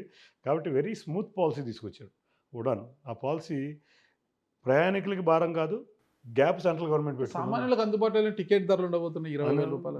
ఉండబోతుంది. అంతేకాకుండా ఎయిర్‌పోర్ట్స్ లాగా హెవీ స్ట్రక్చర్ అవసరం లేదు. టెంపరరీ స్ట్రక్చర్స్ వాటర్‌లో స్ట్రక్చర్ వేసేయచ్చు. వాటర్‌లో ఫ్లోటింగ్ వచ్చేసింది ఇది. ఆ ఫ్లోటింగ్ ఇది చేసేది ప్రోగ్రామ్ తీసుకొచ్చారు కాబట్టి డెఫినెట్‌గా ఈసారి సీ ప్లేన్ పాలసీ ఉడాన్ స్కీమ్‌లో తీసుకొచ్చి సెంట్రల్ గవర్నమెంట్ వాళ్ళు డెఫినెట్‌గా సక్సెస్ కాబోతుంది. ఎందుకంటే ఆ ఉడాన్ స్కీమ్‌లో మీరు చూస్తే ఎయిర్‌పోర్ట్స్ కూడా బాగా సక్సెస్ అయ్యాయి. అట్లాగే సీ ప్లేన్ కూడా సక్సెస్ అవ్వబోతుంది. అన్ని సక్సెస్ సాధించాలి, మీరు కూడా విజయ తీరాన నడిచాలని నేను కూడా కోరుకుంటున్నా. ఇకపోతే అమెరికా అధ్యక్షుడు డొనాల్డ్ ట్రంప్ అధ్యక్షుడైన వెంటనే తీసుకుంటున్న నిర్ణయాలు, సుంకాల పెంపు, వీటన్నిటి వల్ల మన భారతదేశ పౌరుల మీద ఎలాంటి ప్రభావం ఉంది? విద్య ఉద్యోగాలు కావచ్చు, పరిశ్రమలు కావచ్చు, వీటన్నిటి మీద ఎట్లా ఉండాలంటారు? ఒక రకంగా ఆలోచిస్తే కొన్ని మంచి పరిణామాలు ఉన్నాయి. కొన్ని చెడు పరిణామాలు ఉన్నాయి. మంచి ఏంటి, చెడు ఏంటి? ఒక రకంగా సుంకాలు పెంచటం వల్ల ఎన్నో అమెరికన్ కంపెనీలు చైనా నుంచో లేకపోతే ఇతర ప్రాంతాల నుంచో సుంకం ఎక్కువగా ఉన్న ప్రదేశాల నుంచి వచ్చి ఇక్కడ ఫ్యాక్టరీలు పెట్టబోతున్నాయి. దీంట్లో మనకు జీడిపి పెరగబోతుంది. రెండవది ఏంటంటే ఆ రోజు ఆయన చాలా తీవ్రంగా హెచ్చరించారు. ఆ తర్వాత సెంట్రల్ గవర్నమెంట్ కూడా బాగా అలర్ట్ అయింది. అలర్ట్ అయ్యి మన పీయూష్ గోయల్ గారు కూడా అమెరికాలోకి వెళ్ళి డిస్కషన్ చేయటం వల్ల వాళ్ళు కూడా సుంకాలు తగ్గించారు. తగ్గించడం టెంపరరీ రిలీఫ్ కూడా ఉపశమనం కల్పించారు, కొంత టైం ఇచ్చారు. Time okay. ఇచ్చారు. చైనాకి ఇవ్వకుండా భారతదేశానికి భారతదేశాన్ని ఇచ్చారు. ఒక్కదానికే టైం ఇచ్చారు. ఈ టైం ఇవ్వటం వల్ల పరిశ్రమ ఊపిరి పీల్చుకుంది. కొన్ని పరిశ్రమలు అంటే అన్ని పరిశ్రమలు కాదు, కొన్ని పరిశ్రమలు. కాబట్టి ఇవాళ ట్రంప్ గారు కానీ మోడీ గారు కానీ మంచి స్నేహితులు. మోడీ గారికి తెలిసిన రాజనీతి ఎవరికీ తెలియదు, ఏ విధంగా ఎట్లా చేయాలనేది. ఆ సమయంలో ఎవరో కూడా చమురు రష్యా నుంచి కొనొద్దని ఆంక్షలు విధించినప్పుడు కూడా ఈయన రష్యా నుంచి మనకు సౌగ్గా వచ్చేటప్పుడు మన దేశ ప్రయోజనాలు ఎందుకు పోవాలి, అది కూడా రూపీలో మనం ఆ రోజు చమురు బ్యారెల్స్ కొన్నాం. అది చాలా అడ్వాంటేజ్ అయింది. ఆ దేశ ప్రయోజనాలకి భంగం కలగకుండా తన మిత్రుడిని ఒప్పించగలిగే రాజనీతి మోడీ గారిలో ఉంది. ఒప్పించగలిగారు కాబట్టి కొంత ఉపశమనం వచ్చింది. పూర్తి ఉపశమనం కూడా త్వరలో వస్తుంది. దీనివల్ల మనకన్నా వేరే దేశాలకు ఇబ్బంది కలిగి మనం పారిశ్రామిక విధంగా అభివృద్ధి చెందుతాం. ఇక ఫైనల్గా ఒకటేనండి, ఏంటి అరెస్టులతో వైసీపీని ఉక్కిరి బిక్కిరి చేస్తున్నారు పాపం. పోసానేమో బయటకు వచ్చారు, నందిగం సురేష్ బయటకు వచ్చారు, కానీ ఇంకా వల్లభనేని వంశీ పాపం అలాగే జైల్లో ఉన్నారు. ఇకపోతే ఇక లిక్కర్, అది ఒక గత ప్రభుత్వాన్ని ఊపేస్తున్నా అంటే లిక్కర్ స్కామ్ అనే దాంట్లో రోజు ఒక్కొక్కరిని రాజకేశ్ రెడ్డిని అంట, ఈరోజు సజ్జల శ్రీధర్ రెడ్డిని వీళ్ళని అరెస్ట్ చేశారు. మళ్ళీ మిథున్ రెడ్డిని ఇప్పటివరకే విచారించారు. ఇక కాదంబరి జత్వాని విషయంలో సీనియర్ ఐపీఎస్ అధికారి పిఎస్ రాజేల్ని అరెస్ట్ చేయడము, ఇద్దరు ఐపీఎస్ని సస్పెండ్ చేయడము, ఏంటి ఇవన్నీ వదలరా ఇప్పుడే ఉక్కిరి బిక్కిరి చేస్తున్నారు? ఒక విషయం చేయలేదంటేనేమో ఇందాకే మీరు అడిగారు, ఆట ఆడుకుందాం ఏం చేశారు మీరు అన్నారు అంటారు. చేసామంటేనేమో ఈ విధంగా మాట్లాడతారు. మేము లిక్కర్ విషయం ఇప్పుడు 8 నెలలు అయింది, ఎవరినన్నా ముట్టుకున్నామా? విచారించడం వేరు, బొక్కలో వేయడం వేరు. అదే నేను అనేది. ఈ స్కామ్ ఏ విధంగా జరిగింది, ఎట్లా జరిగింది, నిజంగా జరిగిందా లేదా అని చెప్పి సిట్టు వాళ్ళ ఆధీనంలో దర్యాప్తు జరిగింది. ఇది నిజంగా జరిగిందన్నాకే 8-9 నెలల తర్వాత మేము అరెస్ట్ చేసాం. అంతేగాని చంద్రబాబు నాయుడు గారు అరెస్ట్ ఏ విధంగా జరిగిందో, అచ్చెన్నాయుడు గారు అరెస్ట్ ఏ విధంగా జరిగిందో, కొల్లు రవీంద్ర గారు అరెస్ట్ ఏ విధంగా జరిగిందో, లేకపోతే నరేంద్ర అరెస్ట్ ఏ విధంగా జరిగిందో ఒక్క విచారణ జరిగిందా? వస్తాం పోలీసులు గబగబా గోడ దూకటం, తీసుకెళ్ళటం, అరెస్ట్ చేయటం. మేము మర్యాదగా 41 నోటీసులు మద్యం లిక్కర్ విషయంలో అందరికీ ఇచ్చాం. అట్లాగే మిగతా విషయాల్లో కూడా ఇచ్చాం. ఎంతోమంది అధికారులు బెయిల్ తెచ్చుకున్నారు. మీరు చూస్తే కాదంబరి అమ్మాయి పేరు కాదంబరి జత్వాని కాదంబరి జత్వాని విషయంలో కొంతమంది అధికారులు బెయిల్ తెచ్చుకున్నారు. బెయిల్ తెచ్చుకుని వాళ్ళు బెయిల్ మీద ఉంటున్నారు. మేమేమి గబగబా అరెస్ట్ చేయలేదుగా. దాన్ని అన్నీ చూసుకున్నాక ఈ లోపల టైం వచ్చింది. వెసులుబాటు వచ్చిన వాళ్ళు బెయిల్ తెచ్చుకున్నారు. బెయిల్ తెచ్చుకోలేని వాళ్ళని మొన్నే హైకోర్టు మా మీద మొహాన చేట్లు ఎందుకు అరెస్టులు జరగట్లేదు ఈ విషయంలో అని మీరు చూశారుగా. ఆ తర్వాత హైకోర్టు డైరెక్షన్‌లో జరిగిన అరెస్టులు. రెండోది మద్యం గురించి మీరు చూస్తే మిథున్ రెడ్డి గారు బెయిల్ తెచ్చుకున్నాడు. మేము మేము మధ్యలో బెయిల్ వస్తుంది కదా అని గబగబా వెళ్ళిపోయి ఎవరిని అరెస్ట్ చేయట్లేదే. మాకు క్లారిటీగా 41A నోటీస్ ఇస్తాం, పిలుస్తాం విచారణకి. నిజంగా ప్రూవ్ అయితే అరెస్టులు జరుగుతాయి. తప్పు చేస్తే అరెస్టులు చేయాలి, తప్పు చేయకపోతే అరెస్టులు చేయవు. మీరు ఏమంటారంటే ఏమండి అన్ని ఆరోపణలు చేశారు ఏమో అరెస్ట్ చేయలేదు. అందుకే మేము దర్యాప్తు నిదానంగా జరుగుతుంది. మా కార్యకర్తలు ఏమంటున్నారంటే అరెస్ట్ తప్పు జరిగింది కదా వెంటనే మీరు అరెస్ట్ చేయండి అని అంటున్నారు. కాబట్టి మేము వాళ్ళు చెప్పింది వినం. మేము ఏది కరెక్టో దాని విధంగా బిహేవ్ చేస్తాం. మనోభావాలు అందరికీ దెబ్బతిన్నాయి, కానీ వాళ్ళని కార్యకర్తలను ప్రేమిస్తాం, వాళ్ళ మాట వింటాం. కానీ రైట్ ఏది ఉందో చంద్రబాబు నాయుడు గారు రైట్ డైరెక్షన్లోనే జరుగుద్ది. చట్టం తన పని తను చేసుకుపోవాలి, కానీ చట్టంలో మేము దూరం.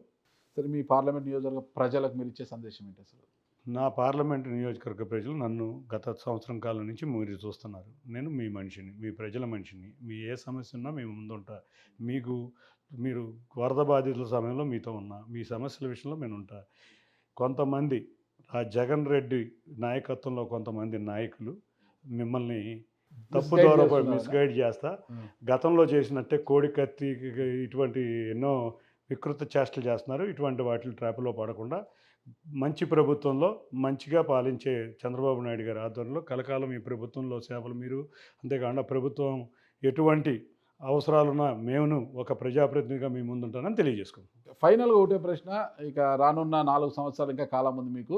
ఈ 4 సంవత్సరాల కాలంలో, మొత్తం మీద 5 సంవత్సరాలు మీ పదవీ కాలం, ఈ 5 సంవత్సరాల మీ పదవీ కాలంలో విజయవాడ రాజకీయాల్లో చిన్ని పేరు తప్పితే నాని పేరు వినకుండా చేయగలను అని గట్టిగా చెప్పగలరు కదా?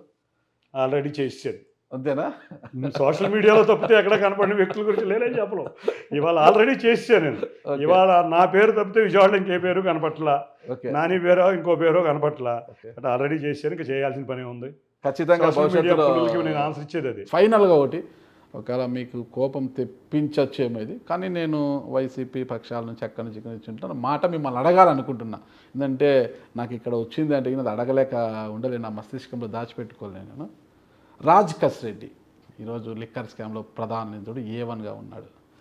అరెస్ట్ కూడా అయ్యాడు, కూడా మన ఎయిర్పోర్ట్కి వచ్చి అరెస్ట్ చేశారు. రాజ్ కసిరెడ్డి డబ్బులన్నీ కూడా ఎంపీ కేశినేని చిన్నిగా రియల్ ఎస్టేట్లో ఉన్నాయి, ఆయన ఒక పెట్టుబడిదారుడు అంటున్నారు. మీరేమంటారు? ఒక విషయం చెప్తాను. మా నేతని, మా యువనేతని విమర్శించి చేసిన వాళ్ళు మద్యం లెక్కల్లో మళ్ళీ ఇంకొక గొడ్డ వేయొద్దు. నా రియల్ ఎస్టేట్లో రాజ్ కసిరెడ్డితో నాకు పరిచయం లేదా అంటే ఉంది. నేను దాన్ని డినే చేయను. ఒక ల్యాండ్లో పక్కన ల్యాండ్లు మాయి, అది మా అధినేతకి తెలుసు, అందరికీ తెలుసు. కాబట్టి రాజ్ కసిరెడ్డితో కలిసి ఒకానొక సమయంలో, ఇప్పుడు కాదు, ఎప్పుడో నేను రాజకీయాల్లో రాకముందు వ్యాపారం చేద్దామని అనుకున్నాం, కానీ వ్యాపారం చేయలేదు. వ్యాపారం చేద్దామని మేము అనుకున్నాం, మేము చేయలేదు. కాబట్టి రాజ్ కసిరెడ్డి అనేవాడి డబ్బులు నా దగ్గర ఉంటే నన్నే తీసుకెళ్తారుగా పోలీసులు, తీసుకెళ్ళమనండి. నేను అదే చెప్తున్నా మీకు, ఇటువంటి మసిగొడ్డలు వేయొద్దు. వేసిన ఎవరో అలా ఇవాళ ఫస్ట్ టైం విన్నాను. నేను అందుకే చెప్పాను, నేను అందుకే చెప్తున్నా మీకు కాదు, మీకు గౌరవం ఇస్తున్నాను కాబట్టి వేసే వాళ్ళని ఆపమను. నేను అనేది ఏంటంటే, నేను తెలియదు అని అట్లా నేను 4 సార్లు గెలిచా, 4 సార్లు గెలిచా. ఇప్పుడు గెలిచా 2018 ఆ టైంలోనే, 17-18 ఆ టైంలోనే రాజ్ కసిరెడ్డి తెలుసు, అమెరికాలో ఉండేవాడు. మీకు మిత్రులు ఉండరా? కాబట్టి అట్లాగే ఉన్నాడు. మిత్రుడు కూడా కాదు, ఎవరి ద్వారా కలిసా. ఇప్పటికి 4 సార్లు కలిసా. ఈ 4 సార్లు కలిసినాక నేను ఒక సైటు ఒకళ్ళ దగ్గర తీసుకున్నా, మోసపోయాం. ఆ సైటు పక్కన ఉన్న గొడవలతో అతను ఉన్నాడు. ఇద్దరం కలిసి వ్యాపారం చేద్దాం అనుకున్నాం. తర్వాత రాజ్ కసిరెడ్డి ఎవరో నాకు తెలిసింది. ఆ వ్యాపారం నేను కొనసాగించట్లా. అప్పటి నుంచి కూడా ఇప్పుడు దాకా వ్యాపారం కొనసాగి. నిజాయితీ కొలమాని మీదే రాజ్ కసిరెడ్డి నాకు తెలియదు అని మీరు ఒక మాటలో చెప్పొచ్చు, కానీ మీరు తెలుసు, గతంలో ఇలా తెలుసు, కానీ తర్వాత వ్యాపారం చేసింది లేదు, నేను ఏమీ లేదు, చేద్దాం అనుకున్నా ఫలానిది అని నేను చెయ్యలేదు అన్నారు. మీ నిజాయితీ అదే. విన్నా విషయం ఆడ విన్నాం, మేము అడిగాం, మీరు క్లారిటీ ఇచ్చారు అంటే దాన్ని. నేను ఎవరైతే గుడ్డ వేసారో వాళ్ళకి చెప్తున్నా, ఓకే, నేను మిమ్మల్ని అంటలా. మీ మీద గుడ్డేసి మాకు వచ్చేది ఉంది. కాబట్టి నేనైతే క్లారిఫై చేసే కదా దాన్ని. ఖచ్చితంగా న్యాయంగా చెప్పారు, ఇది నేను ఆహ్వానిస్తున్నా. అది ఈ సమాధానం నేను మీకే కాదు, ఆహ్వానిస్తున్నా. మా అధినేతకు కూడా చెప్పాను నేను, సార్ ఇది ఎవరో ఇప్పుడు కాదు ఎలక్షన్ ముందే చెప్పా, ఇట్లా పలానా వెంచర్ చేద్దాం అనుకున్నాం సార్, చేయలేదు సార్ అని మా యువనాయకుడికి కూడా చెప్పాను. వ్యాపారం చేద్దామని ఎంతోమంది అనుకుంటారు, సరే ఏదో ఎలక్షన్స్ ముందు చెప్పారు, ఇప్పుడు రాజకేశ్ రెడ్డిది అంతా లేదు కదా ప్రస్తావన, అంతా ఇప్పుడు కదా వచ్చింది. నేను చెప్పాను. ఓకే. ఇతను నాకు 2-3 సంవత్సరాల ముందు ఎలక్షన్ ముందే అర్థమైంది ఇతను కార్యక్రమాలు ఏంటని. నేను మా అధినేత ముందే అది ధైర్యంగా వెళ్ళి చెప్పొచ్చు, ఇట్లా జరుగుతుంది సార్, నాకు వెంచర్లో కలిసి చేద్దాం అనుకున్నాం, చేయలేదు సార్ అని చెప్పాము ఆ రోజు. ఓకే. చిన్ని గారి పేరే నలు దిశలా వ్యాపింపజేయాలని, నలు దిశలా వినిపించాలని నేను కూడా కోరుకుంటున్నాను. థ్యాంక్ యూ అన్న, నమస్తే. Thank you.